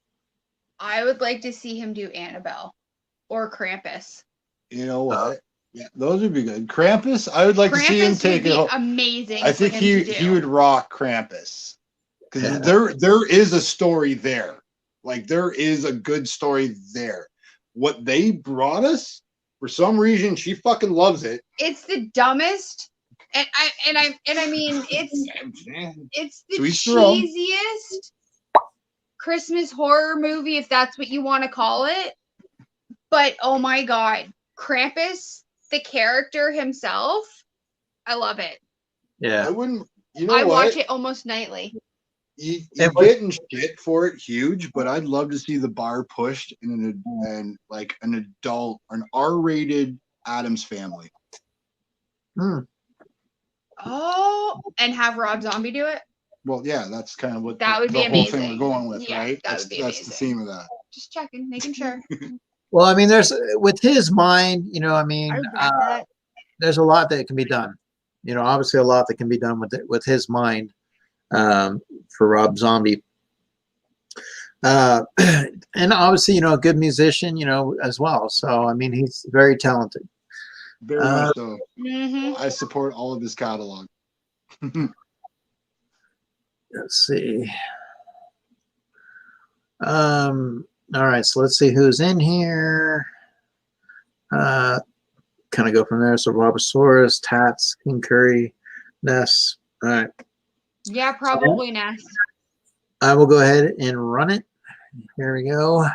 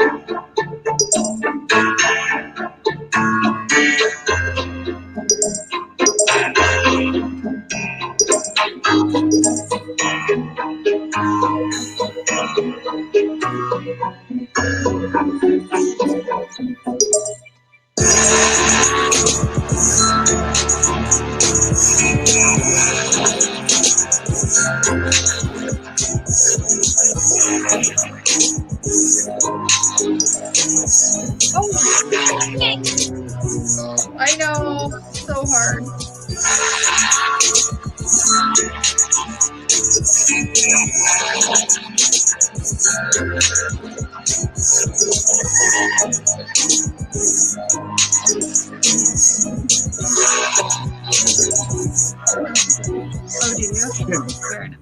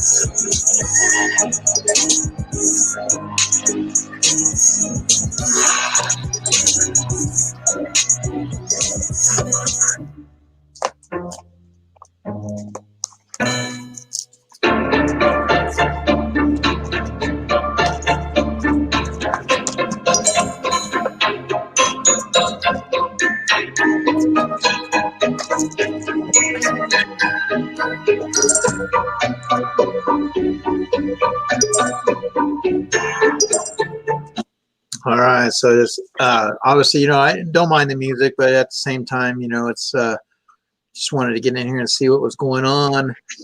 All right, obviously, Ness and King Curry are battling here. We got K, House of Horror, got Nightshade. So we got some battles that are going on here. Wabasaurus Rex, Tats. All right, so we shall see what's going on. Very cool. Oh, Very cool. Nightshade done. Oh, Nightshade's done. Okay. So right now, Nightshade. Ooh, it's real close. Oh, Ness is coming. Don't you even dare. Look at she's fucking 20 points behind. Is she done? She has finished. Nice. No! Yes! I was rooting for you. They got Question. Ness, Clean Ness, sweet. Nightshade, and Chris. So very cool. It's all Ness- the same three again. Let's No, Ness was first last time too. Yeah. We beat K&L this time. Hey, I almost had Ness beat. So in the very beginning of the movie, the police officials raid the Firefly house and they find what? Rotting corpse, machine guns and ammo, all the NYCC pops, furniture made out of human limbs. It was the furniture out of the human limbs. Hold on, Eric. They find the top three. All of the top three. Yeah, it's a but when I looked at this trivia question, this was the answer, the main one that they gave. The official? The main answer. Okay, yeah. okay. No worries. But, Can't help but at the same time, I mean, yeah, I mean, when I started making that, because I was like, what else am I going to put in there? It's all good, Ness. It was like, who sings the following? So who sings the following to a travel country band? Chinese, Japanese, Dirty Knees. Look at these. It was Baby. And what was the name of the traveling band Baby and Otis took hostage at the motel? Banjo and Sullivan. Banjo. You know he met Johnny Cash once, shook his hand. Oh yeah. After Otis and Baby Firefly escaped the raid, what song was playing when they stole the car and killed the driver? That was Midnight Rider. And what was Rob Zombie's second studio album? That was the Sinister Urge. So let's see. What was the name of the motel that they held the hostages? If you guys remember that. So the Bates Motel is obviously Psycho.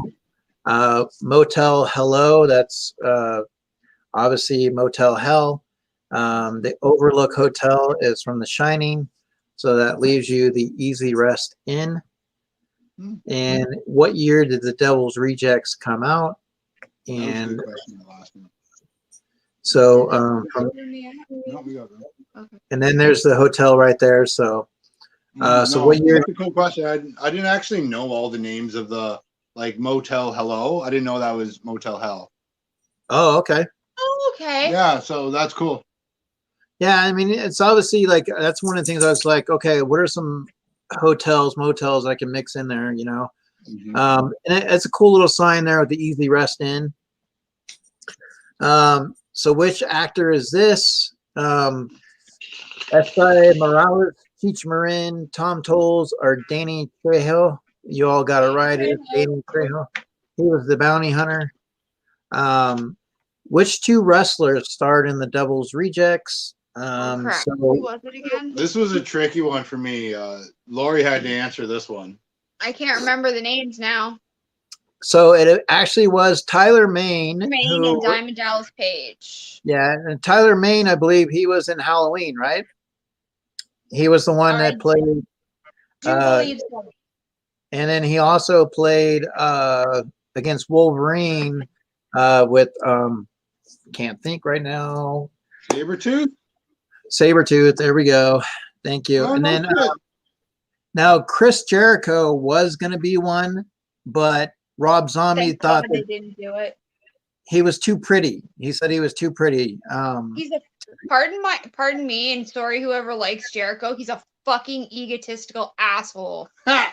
It's a character. What do you expect? It's wrestling. No, him himself as a person, he's a douchebag. Oh, okay. We'll take your word for it. So the actor known for a famous killer had a role in this film. Who was it?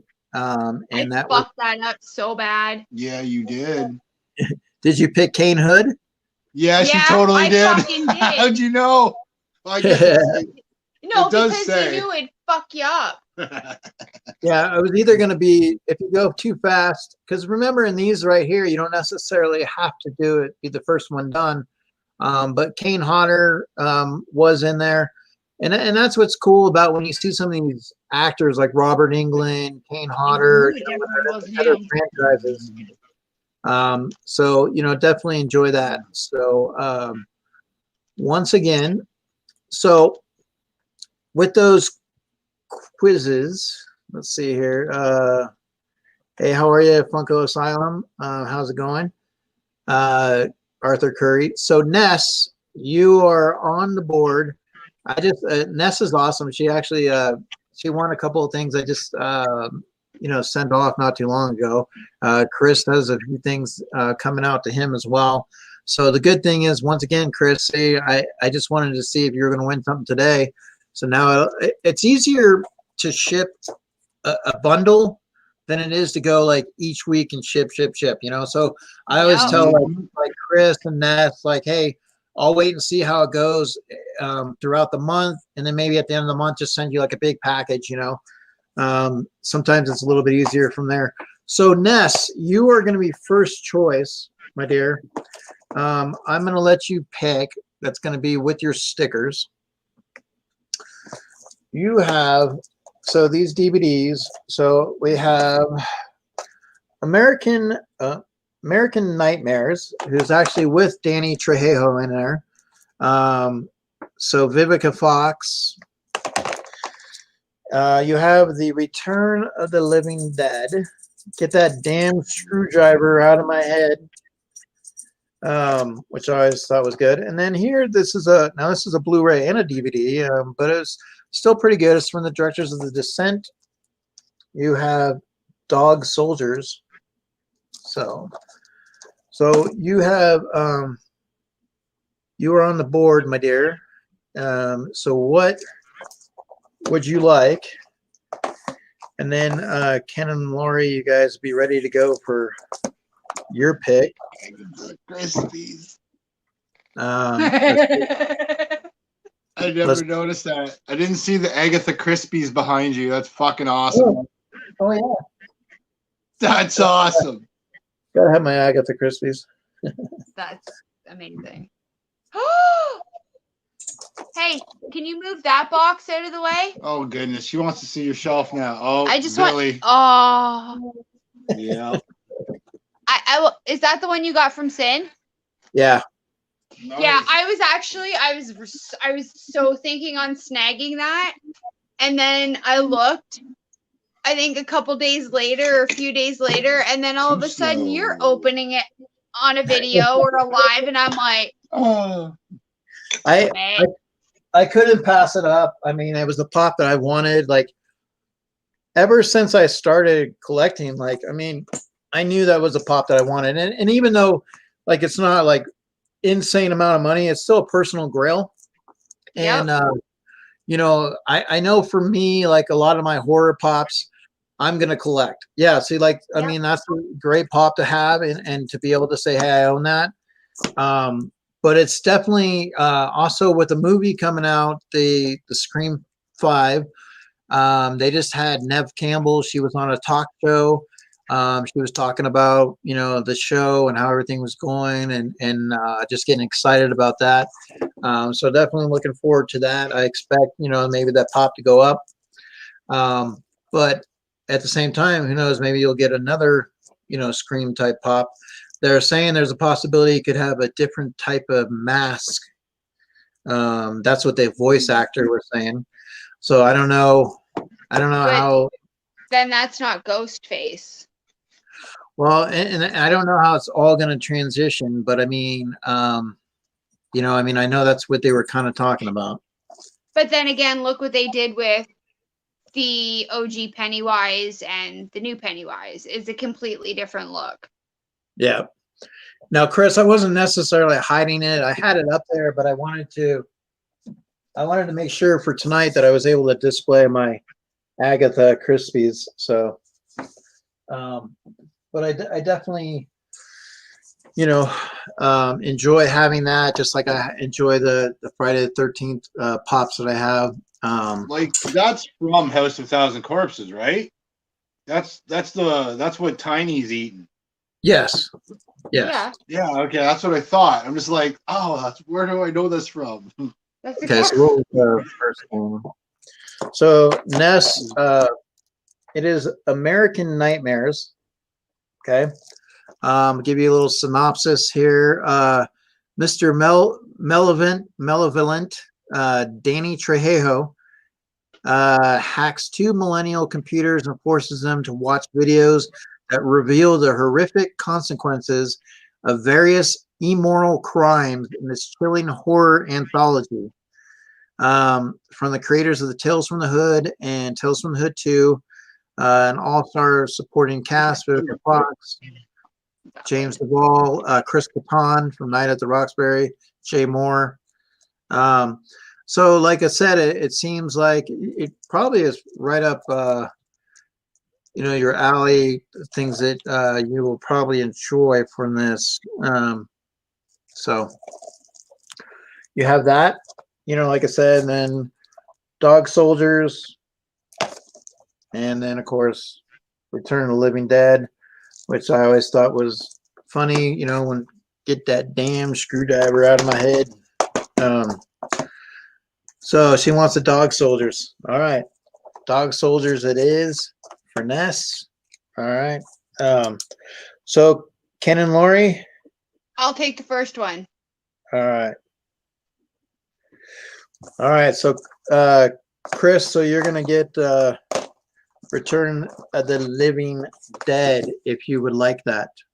So it's totally, you tell me yes. You know, you don't have to take it, obviously, but you know, it's entirely up to you. So Ken and Lori. You know, the cool thing is about these, I don't know if you guys have it like Dollar Trees. Yep. Okay. So I went into the Dollar Tree and I was actually able to find a bunch of like movies, you know, for $1. And I was like, that's pretty cool, you know, especially this time of the year. Like I was able to get the Killer Clowns from Outer Space on Blu-ray for $1. Nice. Yeah. Nice. So, Chris, boom, boom, boom. So King Arthur Curry, I didn't do 3 from Hell quiz because I thought that Robert was going to be able to do a quiz. I don't know if he did. I don't know if he's able to hear me. But if he did do a quiz, that would be awesome. And then he can run it, or however the case, but he is having some internet problems. So yeah, it's a classic. So if you don't have it, Chris, I will send it to you. But I do have an interesting quiz that I'd like to, show Ken and Lori and ask them. I want to see how it turns out. I didn't get to go over it completely, so we'll all be kind of looking at it together. But this is right up the alley. And then after this, we're also going to do that one thing that you enjoy, Lori. I'll be able to pull that up. Let's see here. The game. Yeah. All right. Oh wait, why did it come up? Why did it do that? Oh, here it is. Okay. All right. So this is a question. How long would you last in a horror movie? So we're gonna see how long Ken and Lori would be able to last, how this pulls up. Okay. So, and we'll see with you guys in the chat how everything pulls up as well. So let me take that out. So the first question we have, okay. Mm-hmm. And what we'll do is we'll be able to put in one answer, right? Okay. But then we'll put the other one on paper and then we'll try to compare, okay? So, right. So who would like to answer first? I will.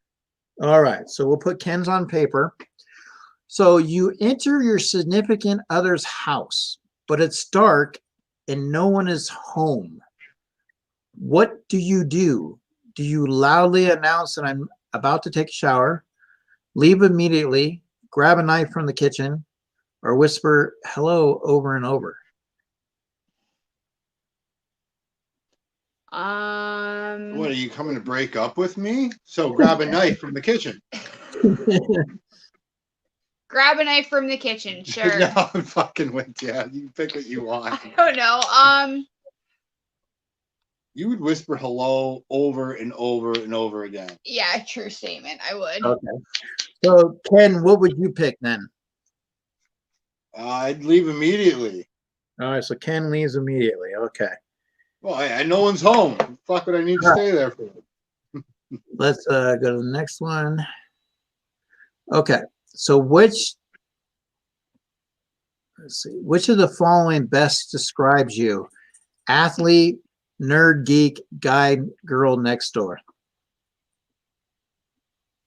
Say that again.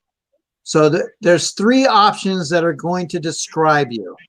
So you're either an athlete, you're either a nerd / geek, or a guy, nerd / geek. I'd even have to go with that. Look, I'm surrounded by collectibles. This is true. All right. Yeah. So we'll go ahead and pick that one. Okay, so you're hiding in a closet and you hear footsteps nearby. And so you guys in the chat, try to pick what you would pick and then see if you can write it down. So you're hiding in a closet and you hear footsteps nearby. What do you do? Do you make a run for it, stay quiet, whimper uncontrollably, or peek through the crack? My dumb ass would peep through the cracks. All right. And Ken? Stay quiet. Stay quiet. All right. Let's see. I'm gonna die. Now, the villain is chasing you around your house. Where do you go? Do you go upstairs, down to the basement, back in the closet, or outside? Do I still have the knife from the beginning? Oh, you left. Remember, you left immediately. Oh yeah, I left immediately. Yeah, I'm not even here. He's not chasing me around the house. I'm gone already. So maybe he was already out there when you left. So he chased you back in. Oh, I'm going outside personally. I'm running around a house in circles. All right. So I'm not gonna lie, my dumbass would probably go upstairs just All to right. try. Go upstairs, get to higher ground. All right. I'm thinking of but it's hard because you don't know. All right. Not So let's go. Lying in bed at night, you hear a strange noise coming from downstairs. What do? Do you go back to sleep, call out, is anybody there, lock the door, or hide under the bed? Okay, my option's not even there. What? You're locked. Poke me and say, hey, No. go check on that? My stupid ass would go look because So I guess call out Is is anyone there? That's you? Okay. Well, since my doors are already locked before I go to bed, because I'm an adult. I guess lock the door again. All right, lock the door. All right. No, I'd go back to sleep. Your ass would go back to Yeah, sleep. because my door's already locked. All right, so you go back. I just go right back to fucking sleep. All right. Let's see. All right, let's see. Tell the neighbor to quiet down. So you're driving along. Stupid.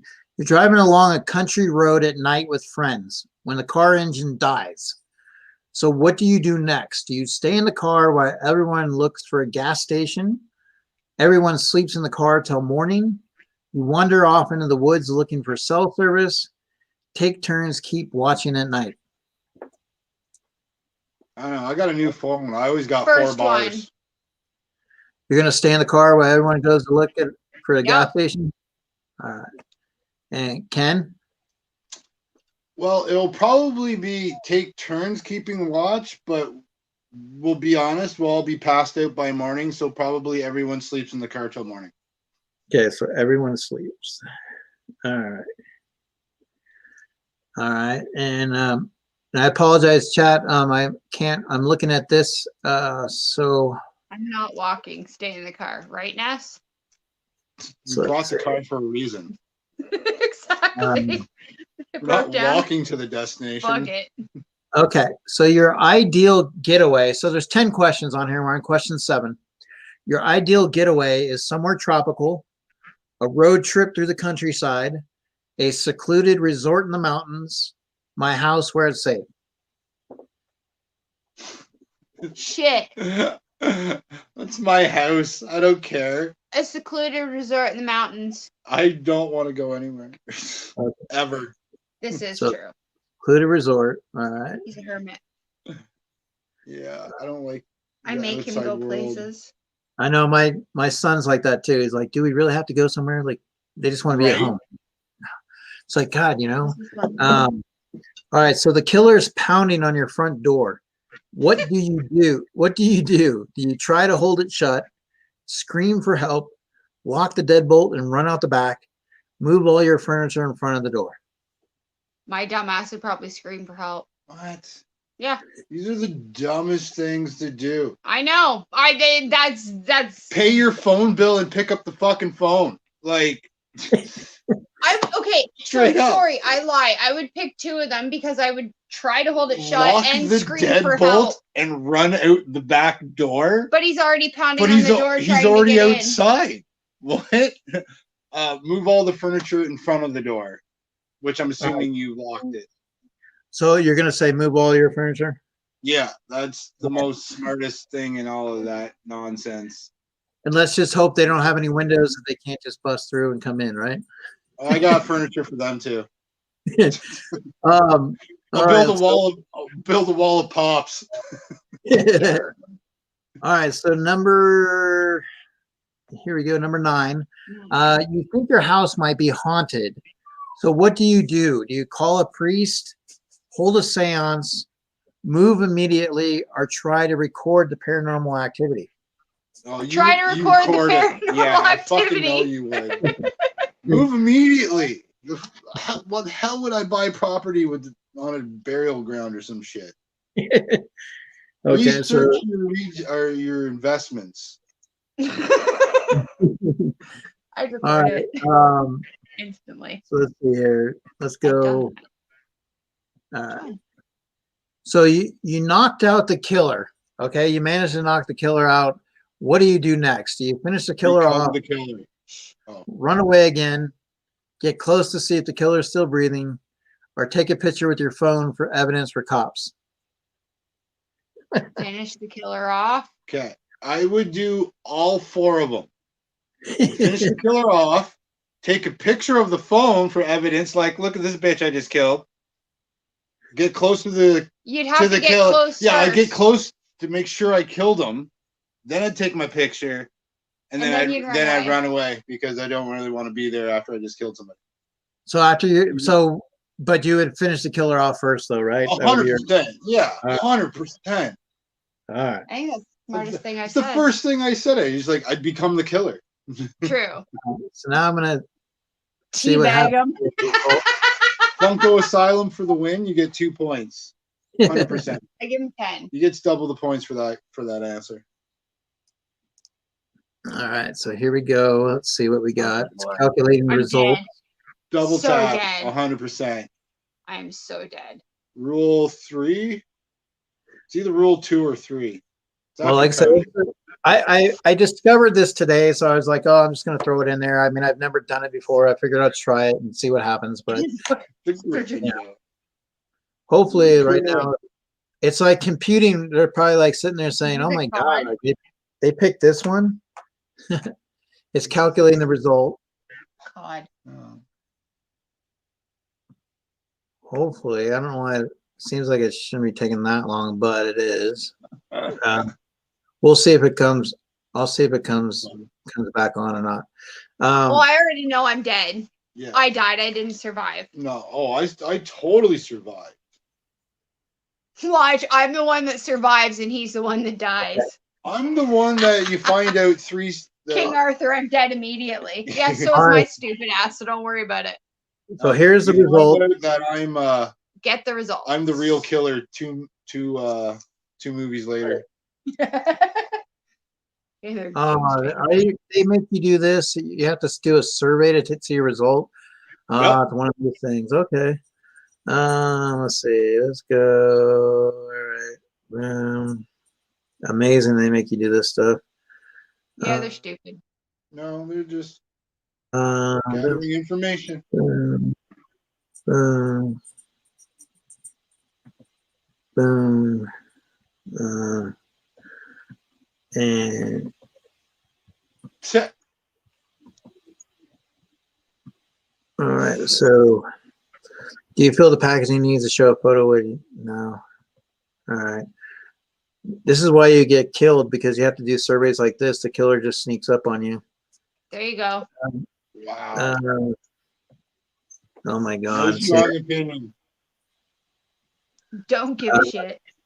Almost done. Oh, you gotta type it. Way too much what this is. Yeah, they want you to like I mean, oh, you This gotta is a drag real it. horror film right here. I know, you're like, this is why you get killed in the horror movies, because you're doing stuff like this, right? The killer's like, oh yeah, this is awesome. You're not even paying attention. So, all right, there we go. Oh, drag and drops. Yeah, Holy sweet Jesus. You've made 10 package design. we're in grade 3. All right. Oh wow. All right. And there's more. Almost So, done. all right. What would the And change be? No. To never do this quiz again.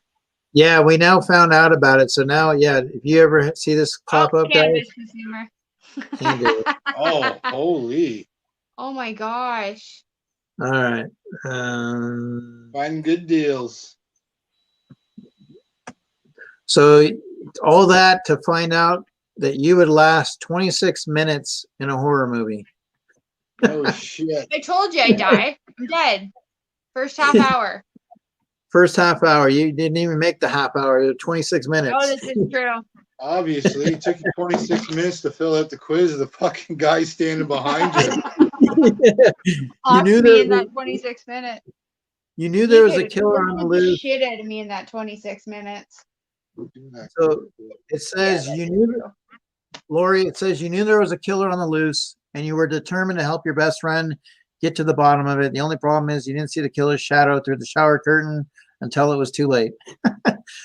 So all that stuff you were doing, you didn't see the shower curtain. What were you doing at your friend's house in the shower? Yeah, actually, luckily, Geeky Mama, I didn't include any of my emails, so that's the good thing about that. So, yeah, you know, I came across that because I was trying to look for like different spam emails. You know? It's like, True. oh my god! I hope you like fish because you're about to get like 40,000 coupons for fish sticks. Yeah. All right, so here's okay. So this, I want to see who comes out ahead on this real quick. This is part of the trivia. So, Lori, this is going to be to you first. Okay, ladies first. Okay. So. We're going to have a little, we'll see who the best 1 to 10 type of thing, okay? So what movie, and you guys, now remember in the chat, don't answer yet until they both don't get it, and then you can answer, in case. So what movie was the first to feature a flushing toilet on screen? Oh my gosh. Someone was actually just talking about this the other day. Was it Young Frankenstein? I want to say it was a Mel Brooks movie. Well, she gets the answer, and then we go to you if she doesn't get it. Oh. If she can't get it. My bad. Oh my gosh. No. Oh, what movie were we just watching this stupid review for? It was a Mel Brooks movie. Yeah. Oh my gosh. It's actually, it's in the line of horror. Really? Yeah. Because I thought it was.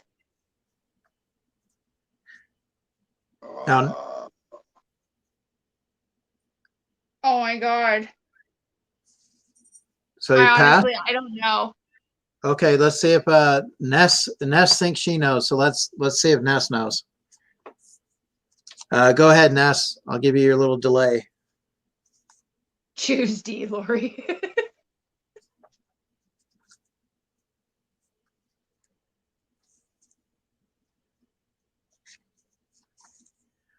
Go ahead, Ness. I'll let you go.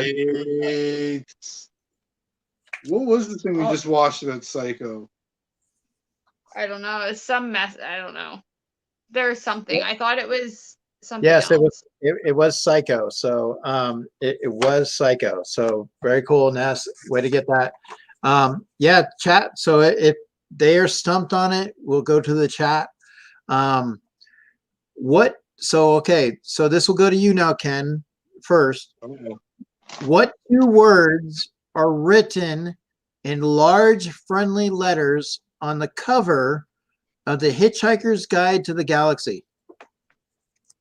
Okay, this is a dumb question to ask him. There you go. What is it, babe? Come on. Let's go.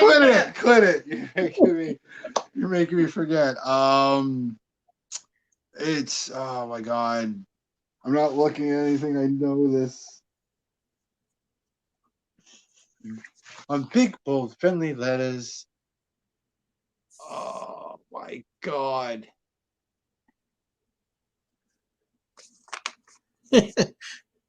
I can see the book. I can see the thing where it flips over. Sad thing is, he does know what it is.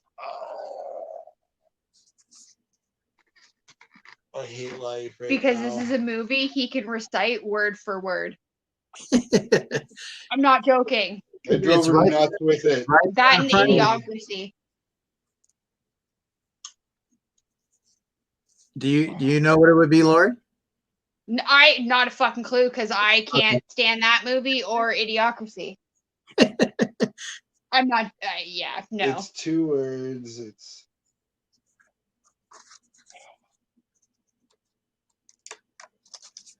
Are they short words? oh yeah. Go ahead, ask the chat.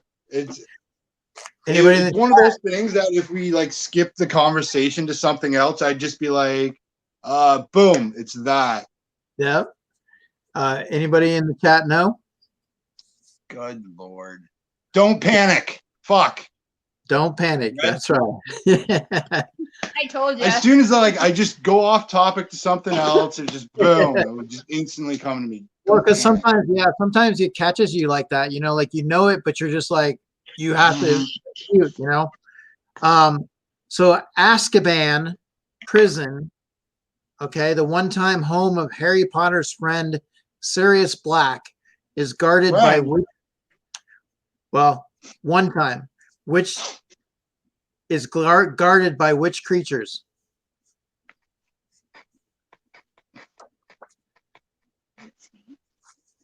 So this would be you, Lori. For you. I don't know because I don't like Harry Potter. Unless it's a pixie, I don't give a shit. Ghost? They have a name. I don't know. Now, do I remember the name? To me, it's a ghost. Whatever he just did. Poltergeist? No, they're So if somebody was going to teach you something, you would be there. They would kind of be there they would be to you a Trainer? if they're teaching like a trade. Tutor? A What'd you tutor? say? what the Kinda. hell are-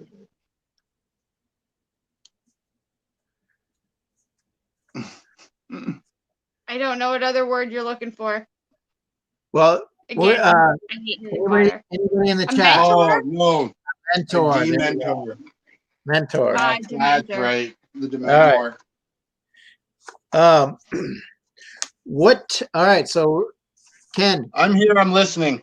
Sorry. what town is run by the one-eyed black-hearted psychopath known as the governor? What is the name of the town? Oh, that's Walking Dead. Yep. What did they go to? Oh my gosh. Because before that, yeah, what was it? I watched that too. Because he came in after the prison, right? Yeah.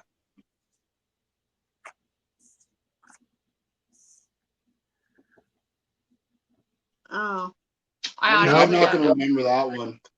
Might start with an A. Keep in mind it's going to be a little bit before. So it's the one-eyed black-hearted psychopath known as the governor. Oh, was it Alexandra? King Arthur said Woodbury. Yep, it's Woodbury. Nice. Oh, yeah. I remember that. All I All right, that remember is sounds familiar now. Alexandria and the prison. See, I stopped watching literally after the whole Glenn thing, and I'm like, well, I'm out. Yeah, that was the end of that. Like, I liked Glenn. You guys fucking ruined this for me. Well, it was a moment in the comics. So, Oh, I know. all right. Here's your taglines. I want to see if you can name the movie. Okay, so who wants to go first? Lori's up, I believe. Okay, so Lori. Trapped in time, surrounded by evil, low on gas. Is it horror? It is horror, yes. Trapped in time, surrounded by evil, low on gas. Trapped in time, surrounded by evil, low on gas. A bad feeling. I should know what this is. Keepers Creepers? No. Now remember that I'll give you trapped in time, Trapped in time.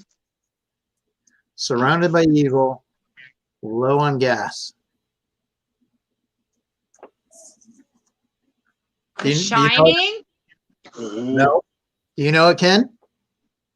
The only thing I can think of is Army of Darkness, but I don't think that's it. It is the Army of Darkness. Oh, it is. Good job. It's the Army of Darkness. All right, so here's this one. Whoever wins, we lose. Whoever wins, we lose. Oh shit! I do know that. Two iconic characters going. Now this is, I will give you, it's more along the lines of, it's a horror, but it's not. It's like kind of horror. It's a different type of variety of horror. And it's two characters? I Uh-huh. I have a guess. Whoever wins, we Oh! lose. Mm. I have a guess.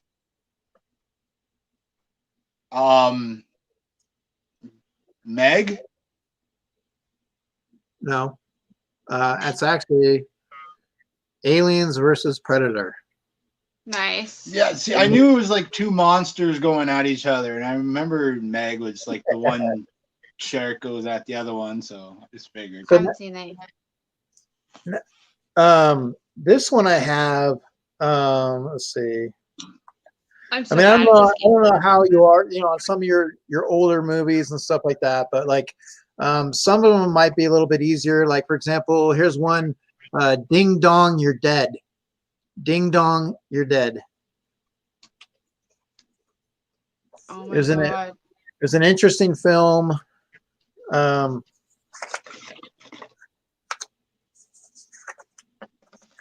It wasn't Trick or Treat, was it? No, it's an older film. Older? Drop that Yeah, thread. older film, one word. One word? Yep. Ding Older Dong, film. You're Dead. Ding Dong, You're Dead. Horror film. Frankenstein? No.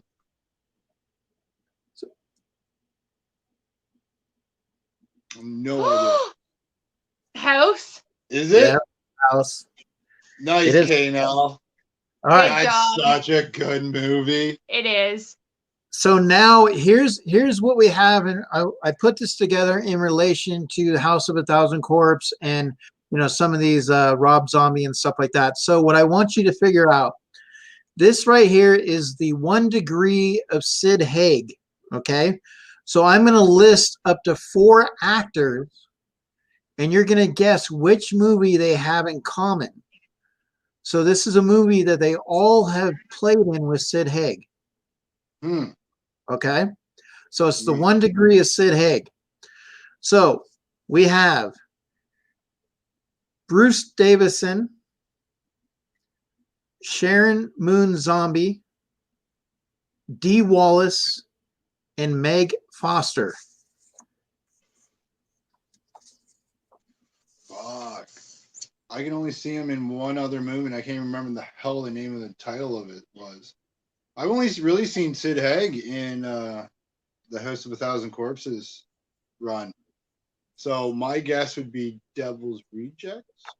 Well, I'm we gonna talked say talked about it earlier. Mm-hmm. It was one we did talk about it earlier. 3 from Hell. No, 31. No, Dee Wallace, Bruce Davison, Meg Foster, Sharon Moon Zombie. Lords of Salem. Oh, really? Was Lords it? of Salem. Good. Who was that? Funko Asylum? Funko Asylum. So this one is 1 degree of Rainn Wilson. 1 degree of Rainn Wilson. We have Cliff Curtis, Winston Chow, Ruby Rose, and Jason Statham. Okay, so that could be just about any movie because Jason Statham is in fucking a bazillion of them. Meg? No. You got it. The Meg. It Yes. really was. I It was just figured Asian. Well, no, yeah, because Reigns was in it. That's Okay. right. So now this one, this is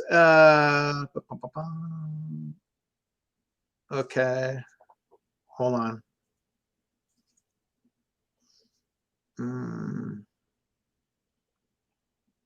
I gotta figure out what that was. What I put on the. Oh, I didn't put the name on that one. Darn it. That one. I gotta remember what that one was. Okay. So this is the 1 Degree of Rob Zombie. Okay. You have John Melendez, David Arquette, Ernie Hudson, and Chris Farley. What? Chris Farley, David Arquette, Ernie Hudson, and John Melendez. What movie they have in common with Zombie? Yep.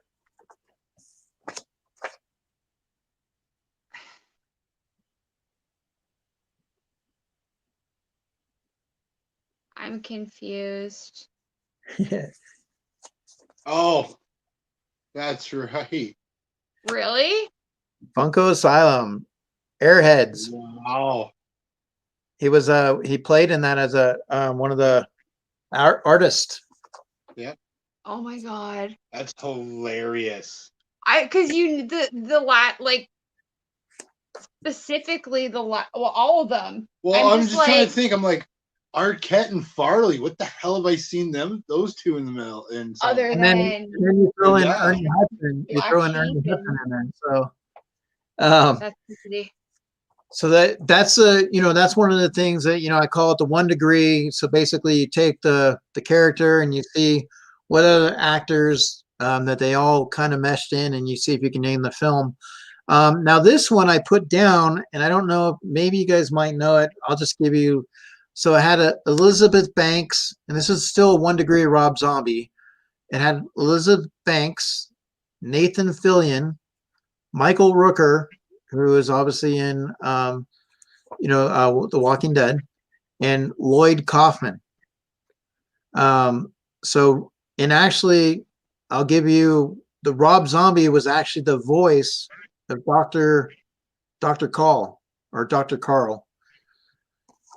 So he played the voice of a character in this movie. It had Elizabeth Banks, Michael Rooker, Lloyd Kaufman, Nathan Fillion. oh, that was a good movie. Oh, you got it, King Arthur. Slither.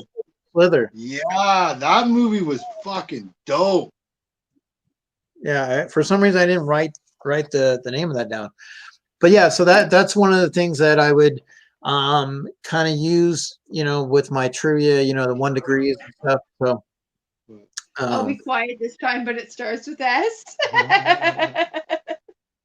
That was such a good movie for like one of those like B horror movie things that just like came out of nowhere. exactly. All right, let me pull this up for you, Lori. Let's do real quick. Get Jackbox. Dude, yeah. Okay, I can only do 1 round, and then I gotta go to bed because I have to be up at 5:30. I know, and I promised to get a game in for you, and I wanted to do that. Thank So, you. and I really appreciate you guys coming on and Hey, just our pleasure. I know that you had been wanting to do a stream like this and with the characters. So let's go Yes, to it's been fun. see if I can pull this up. So what do you guys have? While this is loading, what do you guys have coming up? Jeez, what do we have coming up? We do have a Sean Ryan box coming. Oh yeah. I honestly don't know I can't remember what's in it. It's gonna be a bunch of stuff. I know we have another box from Chat. Yeah, Chat Matman. We're gonna have a few boxes coming. Now I don't know if we're gonna like do anything like if we're gonna go on a live and open them or whatnot, but those are little exciting things we have coming up. For lives, nothing actually really. It's kind of winding down. We do, I think, in the coming week on Coke Fresh, we're doing another collective, hidden collective video. So Nice. keep a lookout on Instagram for that, and we'll Yes. post when we're going to do that and have everybody on. Oh wait, no, that's not the one I wanted. Sorry, hold on. Like I said, they're always watching. Save that one. Nope. All right, let me stop screen on that one. Let me share this one. That's right, because I got to do a application window. All right. So give that to you guys, Ken and Lori. Awesome.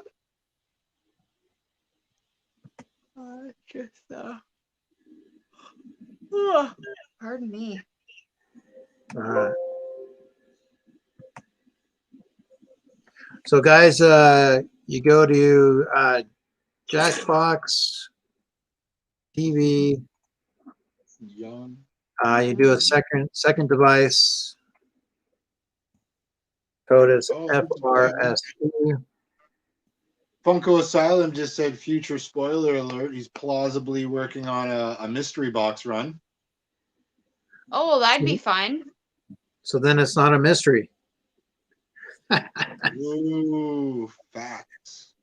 Yeah, actually, Funko Asylum's got a lot of good things coming up. I saw earlier,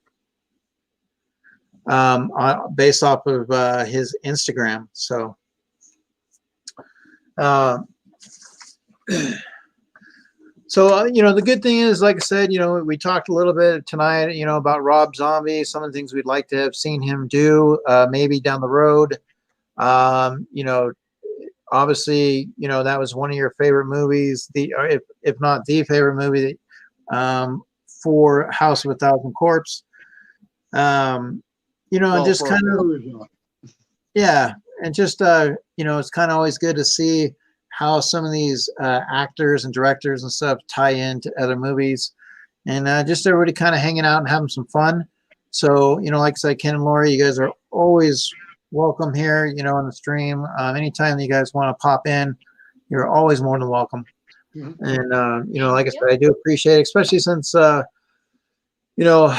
Pagalachi and Charlie were not able to make a strong appearance tonight, but we did have them for a brief, short time. So What would now that be nice?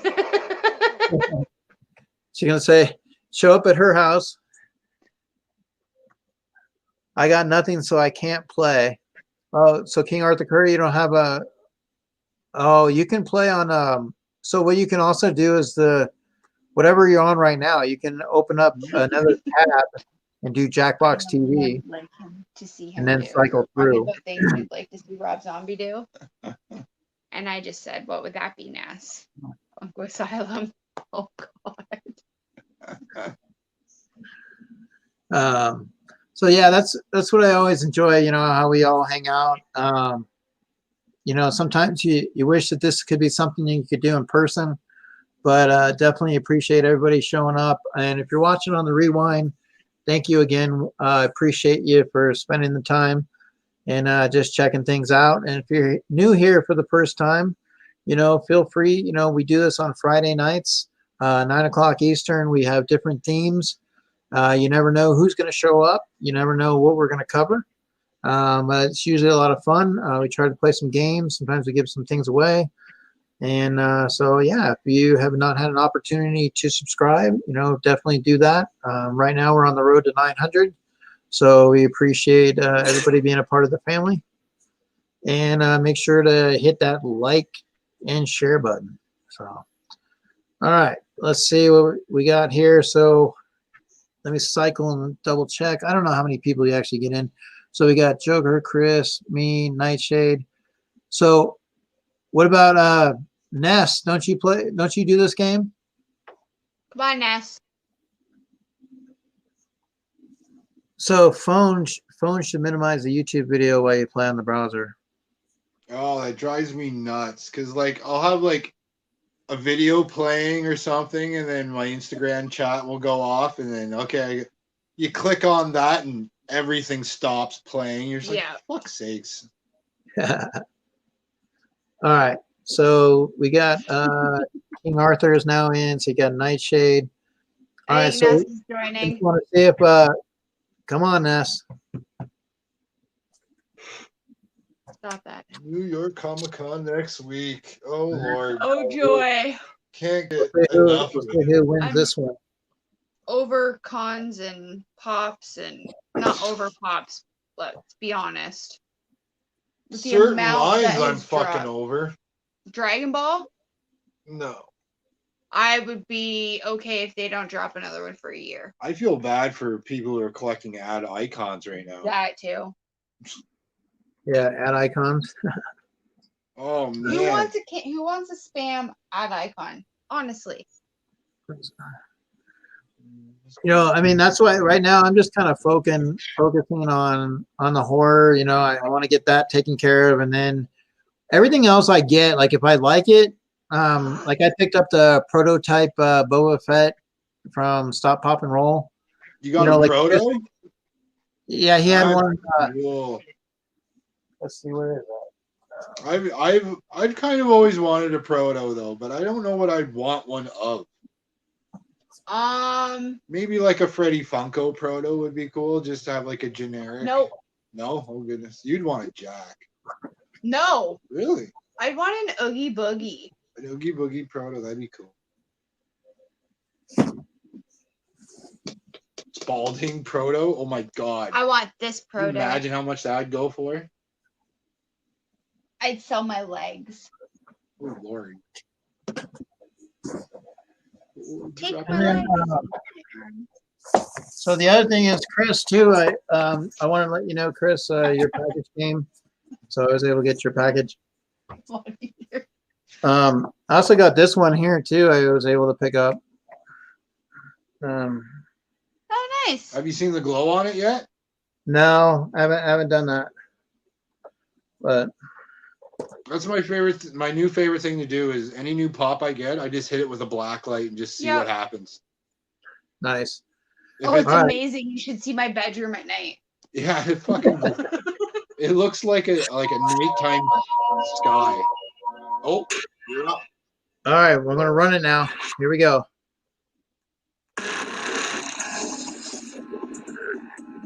That's good, Juicy Mama Bear, because you'd probably go broke or have to take a second mortgage out on the home to keep up all the fucking ad icons.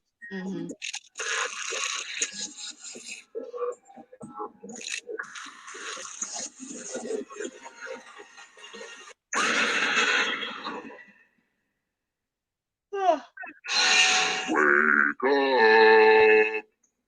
Wake up! Welcome to Trivia Night, a labyrinth of despair and madness. Or at least that's how I describe it on the Facebook event. I'm going to ask you a bunch of trivia questions. If you get a question wrong, you have to fight for your life in one of my super fun mini games. If you do badly in the mini game, I'll kill you. But don't worry, those can still win the game. When one player is left alive, we'll go to the final round where the living and dead compete to see who can escape first. And you can always jump in the audience for a chance to be killed by me. How fun! Am I rambling? I feel like I'm rambling. Now let's get to it. Okay now, first question. What's the commonly used scientific term for belly button lint? Use your device to answer the question.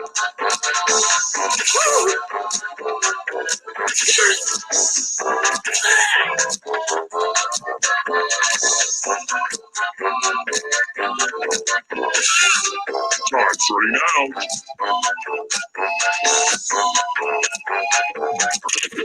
And the correct answer is, who got it right? The rest of you, I have a surprise for you. Welcome to the killing floor. We're going to play chalices. What's up, I've given LBD? all the safe players a bit of poison to use. Pick a chalice to drop your poison in. Now it's your turn to play. Pick a chalice to drink from. And don't slurp when you drink. That drives me nuts.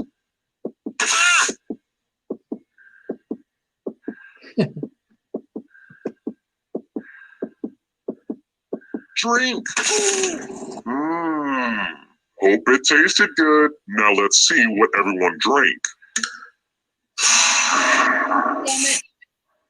This was inevitable.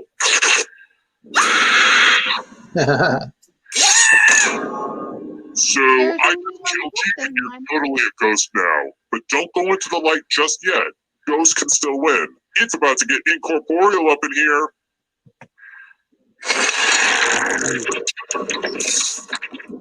Let's take a look at the scoreboard, shall we? Do you like it? I took an online C++ course. Aced it. Let's try another one. What is the part of the noose you stick a head through called?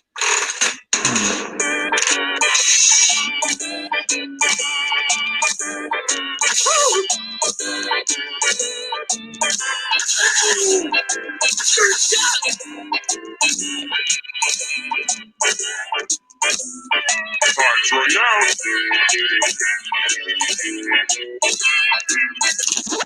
And the correct answer is this one. Yeah. The rest of you who are still That's alive, it. let's go someplace fun. Hey girl, welcome back to the killing floor. Hey, girl. Oh, reminds me of being I'm at going to ask work. you a question. Your life depends on how you answer. Where's the best place to have a destination wedding? Type an answer on your device and press send when you're finished. Oh, you got to pick yours one.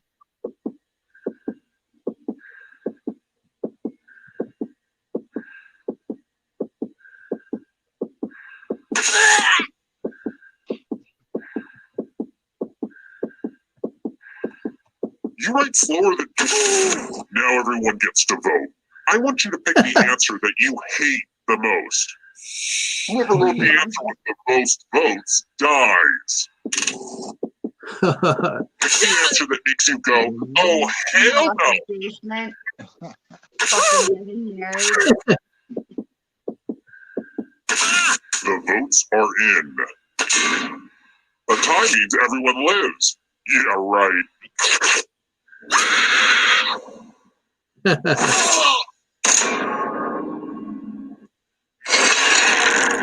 Let's see how the scores look now. They both died. Next question. Coprolite is fossilized what? Jesus Christ.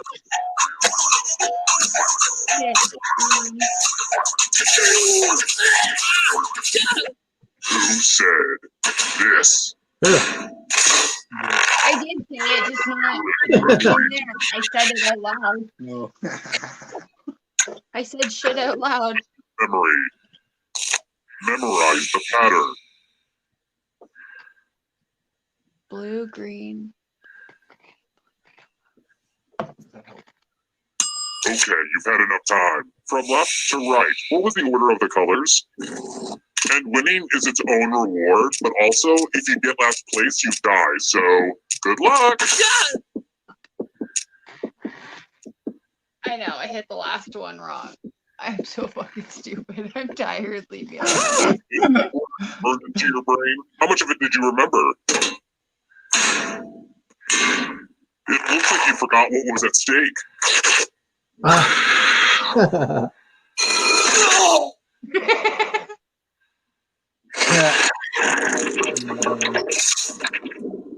We're down to one player already? I haven't seen a derailment that bad since the time I set up my nephew's train set. Okay, here's the plan. If you can survive 2 more questions, everyone goes to the final round. Let's try another one. How do I let someone know I'm interested on Tinder? I'm asking for a friend.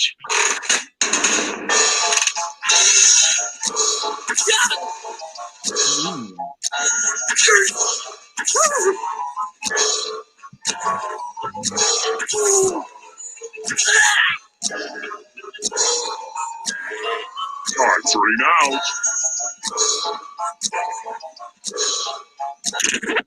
Who said this? Only a ghost got it all. Lame. All right, next question. Not the mama is a catchphrase from which 90s sitcom? Not the mama, get the mama. Yeah.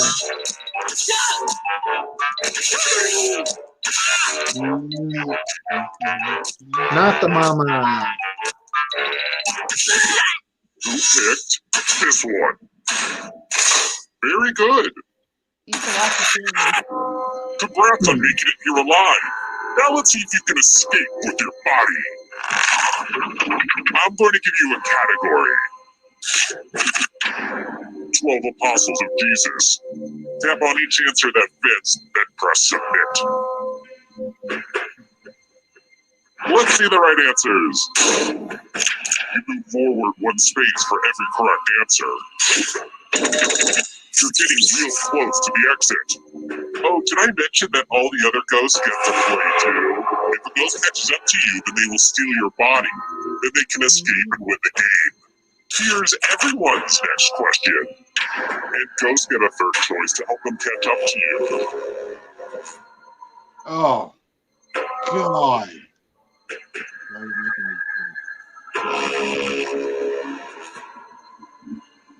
Decisions.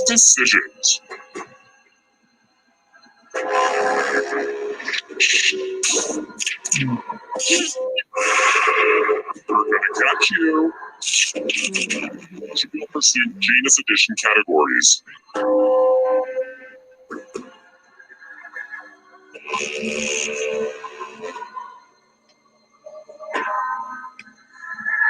Anytime today, kiddo.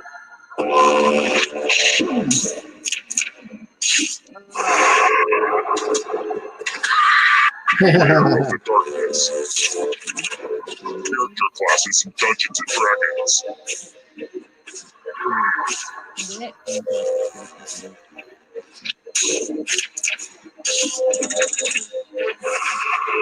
The ghost is right on your tail. Watch out! Simpsons characters voiced by Hank Azaria.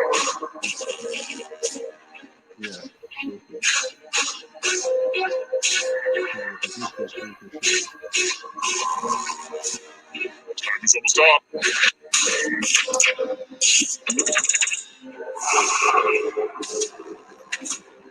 Hurry up. Sausages. Oh, I know.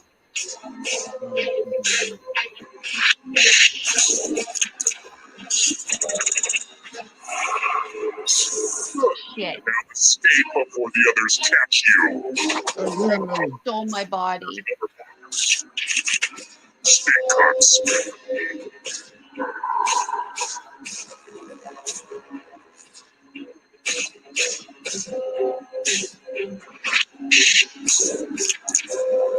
I have to write some harder questions. The darkness approaches. Foods you can eat on the paleo diet.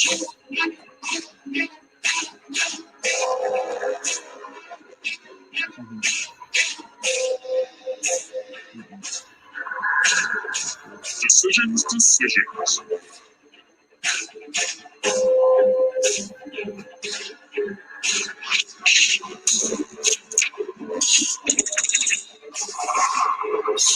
Another life swap. And you're out of here. Classified as bears.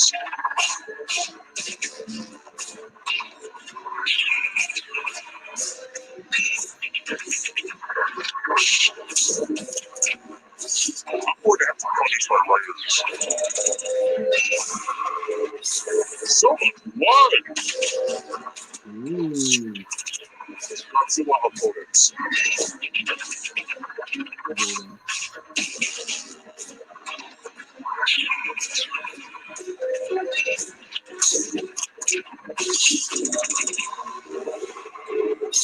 So many kills. Countries that border China.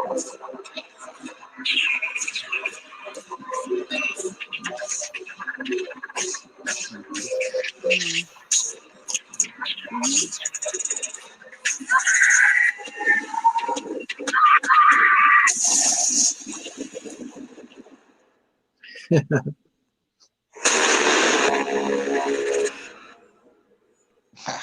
was fun. All right. Right there, guys. Number one. Let's see. You want to shut a bitch?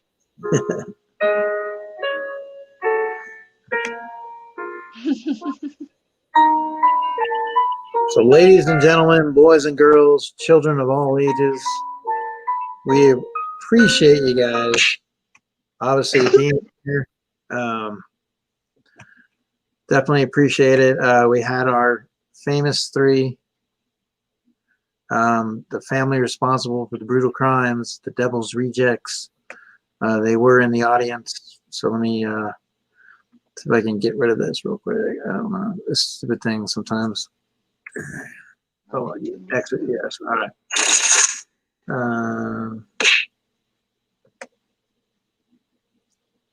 All right. So I'll just leave that right there.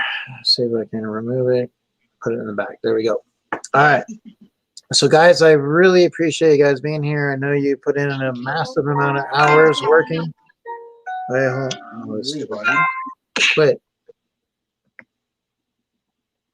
All right. Now that, so I know you guys put in a massive amounts of hours. I appreciate you taking the time to be here and just be a part of everything. You know, because like I said, when you do these streams and it's just you, it makes it a little tough.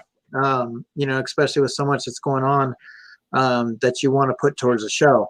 And it's always good to have some feedback. It's always good to have somebody to you write the trivia questions. You want somebody to be able to answer them. And so you hope that you can do that. Luckily, I had you guys tonight to do that, to help me out with that. You know, Robert tried to hang in there, his Wi-Fi. We had a huge amount of support from, what's up, Dead Zone? How's it going? We had a huge amount of support. And so once again, appreciate it, guys. So we will definitely see you guys around. You know, Ken and Lori, if you guys have not had a chance to subscribe, make sure you hit them up. They're on Instagram. Ken has some great stuff that he does, very talented. So if you also need something, hit him up. You know, I'm sure he's got a lot on his plate, but I'm sure he wouldn't mind making it a buffet and adding a little bit more. You know me. So definitely, like I said, if you have some ideas, hit them up and go from there. And then as Lori says, they're always watching, they're always listening. So you always never know. They could be looking at your direction. So make sure you guys do good out there, support, help people. So, all right. Thank you so much, guys. Chat, you know, like I said, I appreciate you guys hanging out. I'm going to probably, it's what, 6 minutes from a 3-hour stream. So I don't know, I might stay on for that. I mean, just for, if you guys, it's one of those things, but if you guys want to do anything more, it's up to you guys. But sometimes we play games. Sometimes there's a lot of people here, like LBD. Each week it's different. So, but thank you guys so much. You're welcome. No worries. Thanks for having us on. Yeah, we're so next week, just to give you an idea, we'll be doing Nightmare on Elm Street, and we'll be doing let's see, yeah. So I have to kind of double up because I wasn't able to do it last week. So we're gonna do like a Freddy. I was gonna do Nightmare on Elm Street, and last week would have been this stream, and this week would have been Nightmare on Elm Street, and the next week would have been Jason. So I think we're gonna do like a Freddy versus Jason. We'll do a little combination Nightmare on Elm Street type thing. So, and then obviously Halloween at the end of the month. So, all right, guys, you take care. God bless. You as well. Hope all is well. Have a good night. Everyone. All right, guys. Bye. And guys, once again, so it's I'm just gonna kind of, I like to do things on the hour sometimes. So it's 5 more minutes till 3 hours. I don't know if you guys are interested in playing any games, that's fine. We can always do stuff like that. But one of the things I had to ask, so I have the chat here. I got this Name 5. So it's a name 5. So I wanted to see who can do it. I'm going to pick. So this will be perfect right here. So what I'll do is I'm going to do a starting line because there's a little bit of a delay. So I'm going to do a starting line and then see who can answer first or see if anybody has different movies. Okay. So it is name 5. Okay. 5 horror movies with killers appearing in the mirror. Okay. 5. It's kind of blurry. Name 5 horror movies with killers appearing in the mirror. So I'm going to do a starting line. All right. And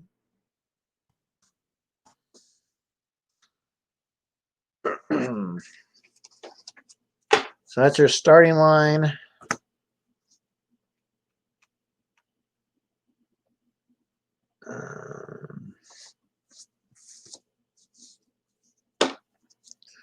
But other than that, we'll see if you guys are able to do that. Once again, name 5.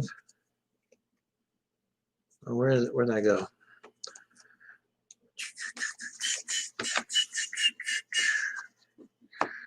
Five horror movies with killers appearing in the mirror. So let's see who gets that. And then, just so you know, I just saw Christina pop in.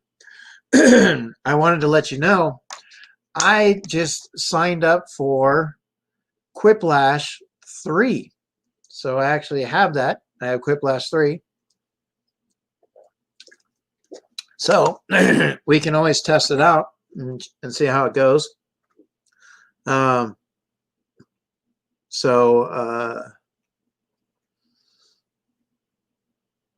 yeah, Funko Asylum's going to run a live. Okay. Very cool. Very cool. So if you guys get a chance, go, check out Funko Asylum's live. I guess we'll kind of do that. So I just wanted to see if anybody was able to, I put the starting line, if anybody was able to name 5 movies. 5 movies. So once again, if you guys weren't here earlier, I did a mystery box from House of a Thousand Pops, and I pulled Darkwing Duck. So not a huge Disney collector, but Darkwing Duck is the pull. And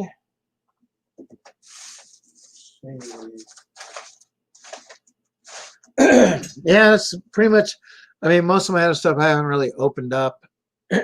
So, but did anybody get it? YouTube. Okay. Your group, not YouTube. On my group. All right. Is that going to be over Facebook? Facebook. But if you guys, it's totally up to you. What do you guys want to do? So I'm going to put in the chat, if you want to play Quiplash, if I get 4 of you guys to say yes, I will run it. I will get it pulled up. It's Quiplash 3. Just bought it today. So I have no clue how it runs. But I will be more than happy to do it. To play a couple of games, more than happy. If not, no big deal. There'll be other times. I understand. So if I get 4 Quiplashes in the chat, I'll run it. If we don't, I appreciate everybody for being here and showing up and supporting. Like I said, Robert couldn't be here for full stream. He has some weather situations out there, so hopefully things will be okay with him. It's always sucks to be without power. Definitely is one of those things. I think for me that would be when you're out of power and you don't have a generator, I mean, and your phone is running low, it sucks because it's like you know, what do? You know, what can you really do? I mean, I guess go to sleep, you know, get some catch up on your sleep. Maybe so we got one for Quiplash. So we'll see. And I get I'll see if I can pull that up. So I want to see if it even came in through bum bum bum bum bum. Let's see if it should be on there. Where's Yep, there it is. All right.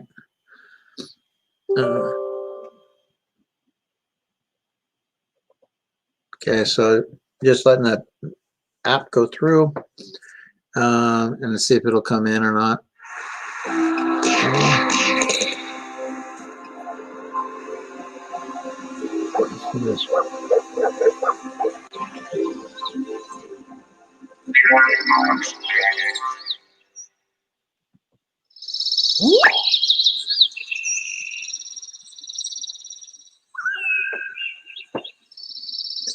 Ooh. So we got the Jackbox Party Pack 7. So King Arthur, basically Quiplash is where you would fill in the blanks. So you would answer whatever questions they ask you. You just kind of fill in the blanks. You try to make it funny. You try to make it adult stream, fun, and then everybody votes on which answer they like the best. And if they like your answer, you make the most points. Whoever has the most points after round 3 wins the game. But that's the new pack that we have right now. Is we got the Jackbox Party Pack.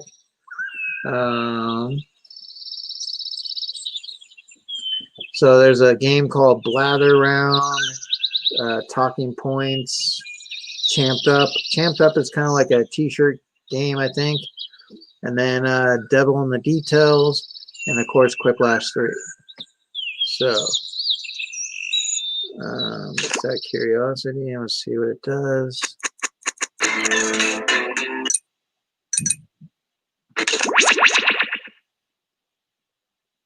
Load it up here real quick.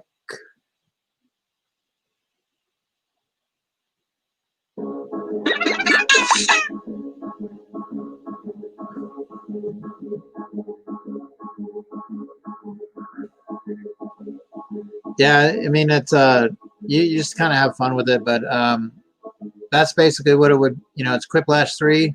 I've never played it yet, so I don't know exactly how it rolls, but other than that, so but let's see. Your car has a plug like the house. Oh yeah, you could, but if the weather's out, if the weather's bad, it might be the weather outside is bad. I mean, you don't want to sit in a cold car. But I guess to use the power, I mean, it's so frustrating when the power goes out. But that's it right there. So that's basically what it would be, King Arthur. But we play this. Sometimes we'll play it on Tuesday nights. Sometimes it's Wednesdays, Thursdays. It depends on the day of the week. So you just kind of have to kind of keep your eyes open for it. Sometimes it's random. We just throw it out there. But it's definitely something we'll be doing. So, all right. But it doesn't look like we have any takers. So not a problem. We're at that 3-hour mark. That's kind of what I was going to do. So let's see. Stop sharing. And exit.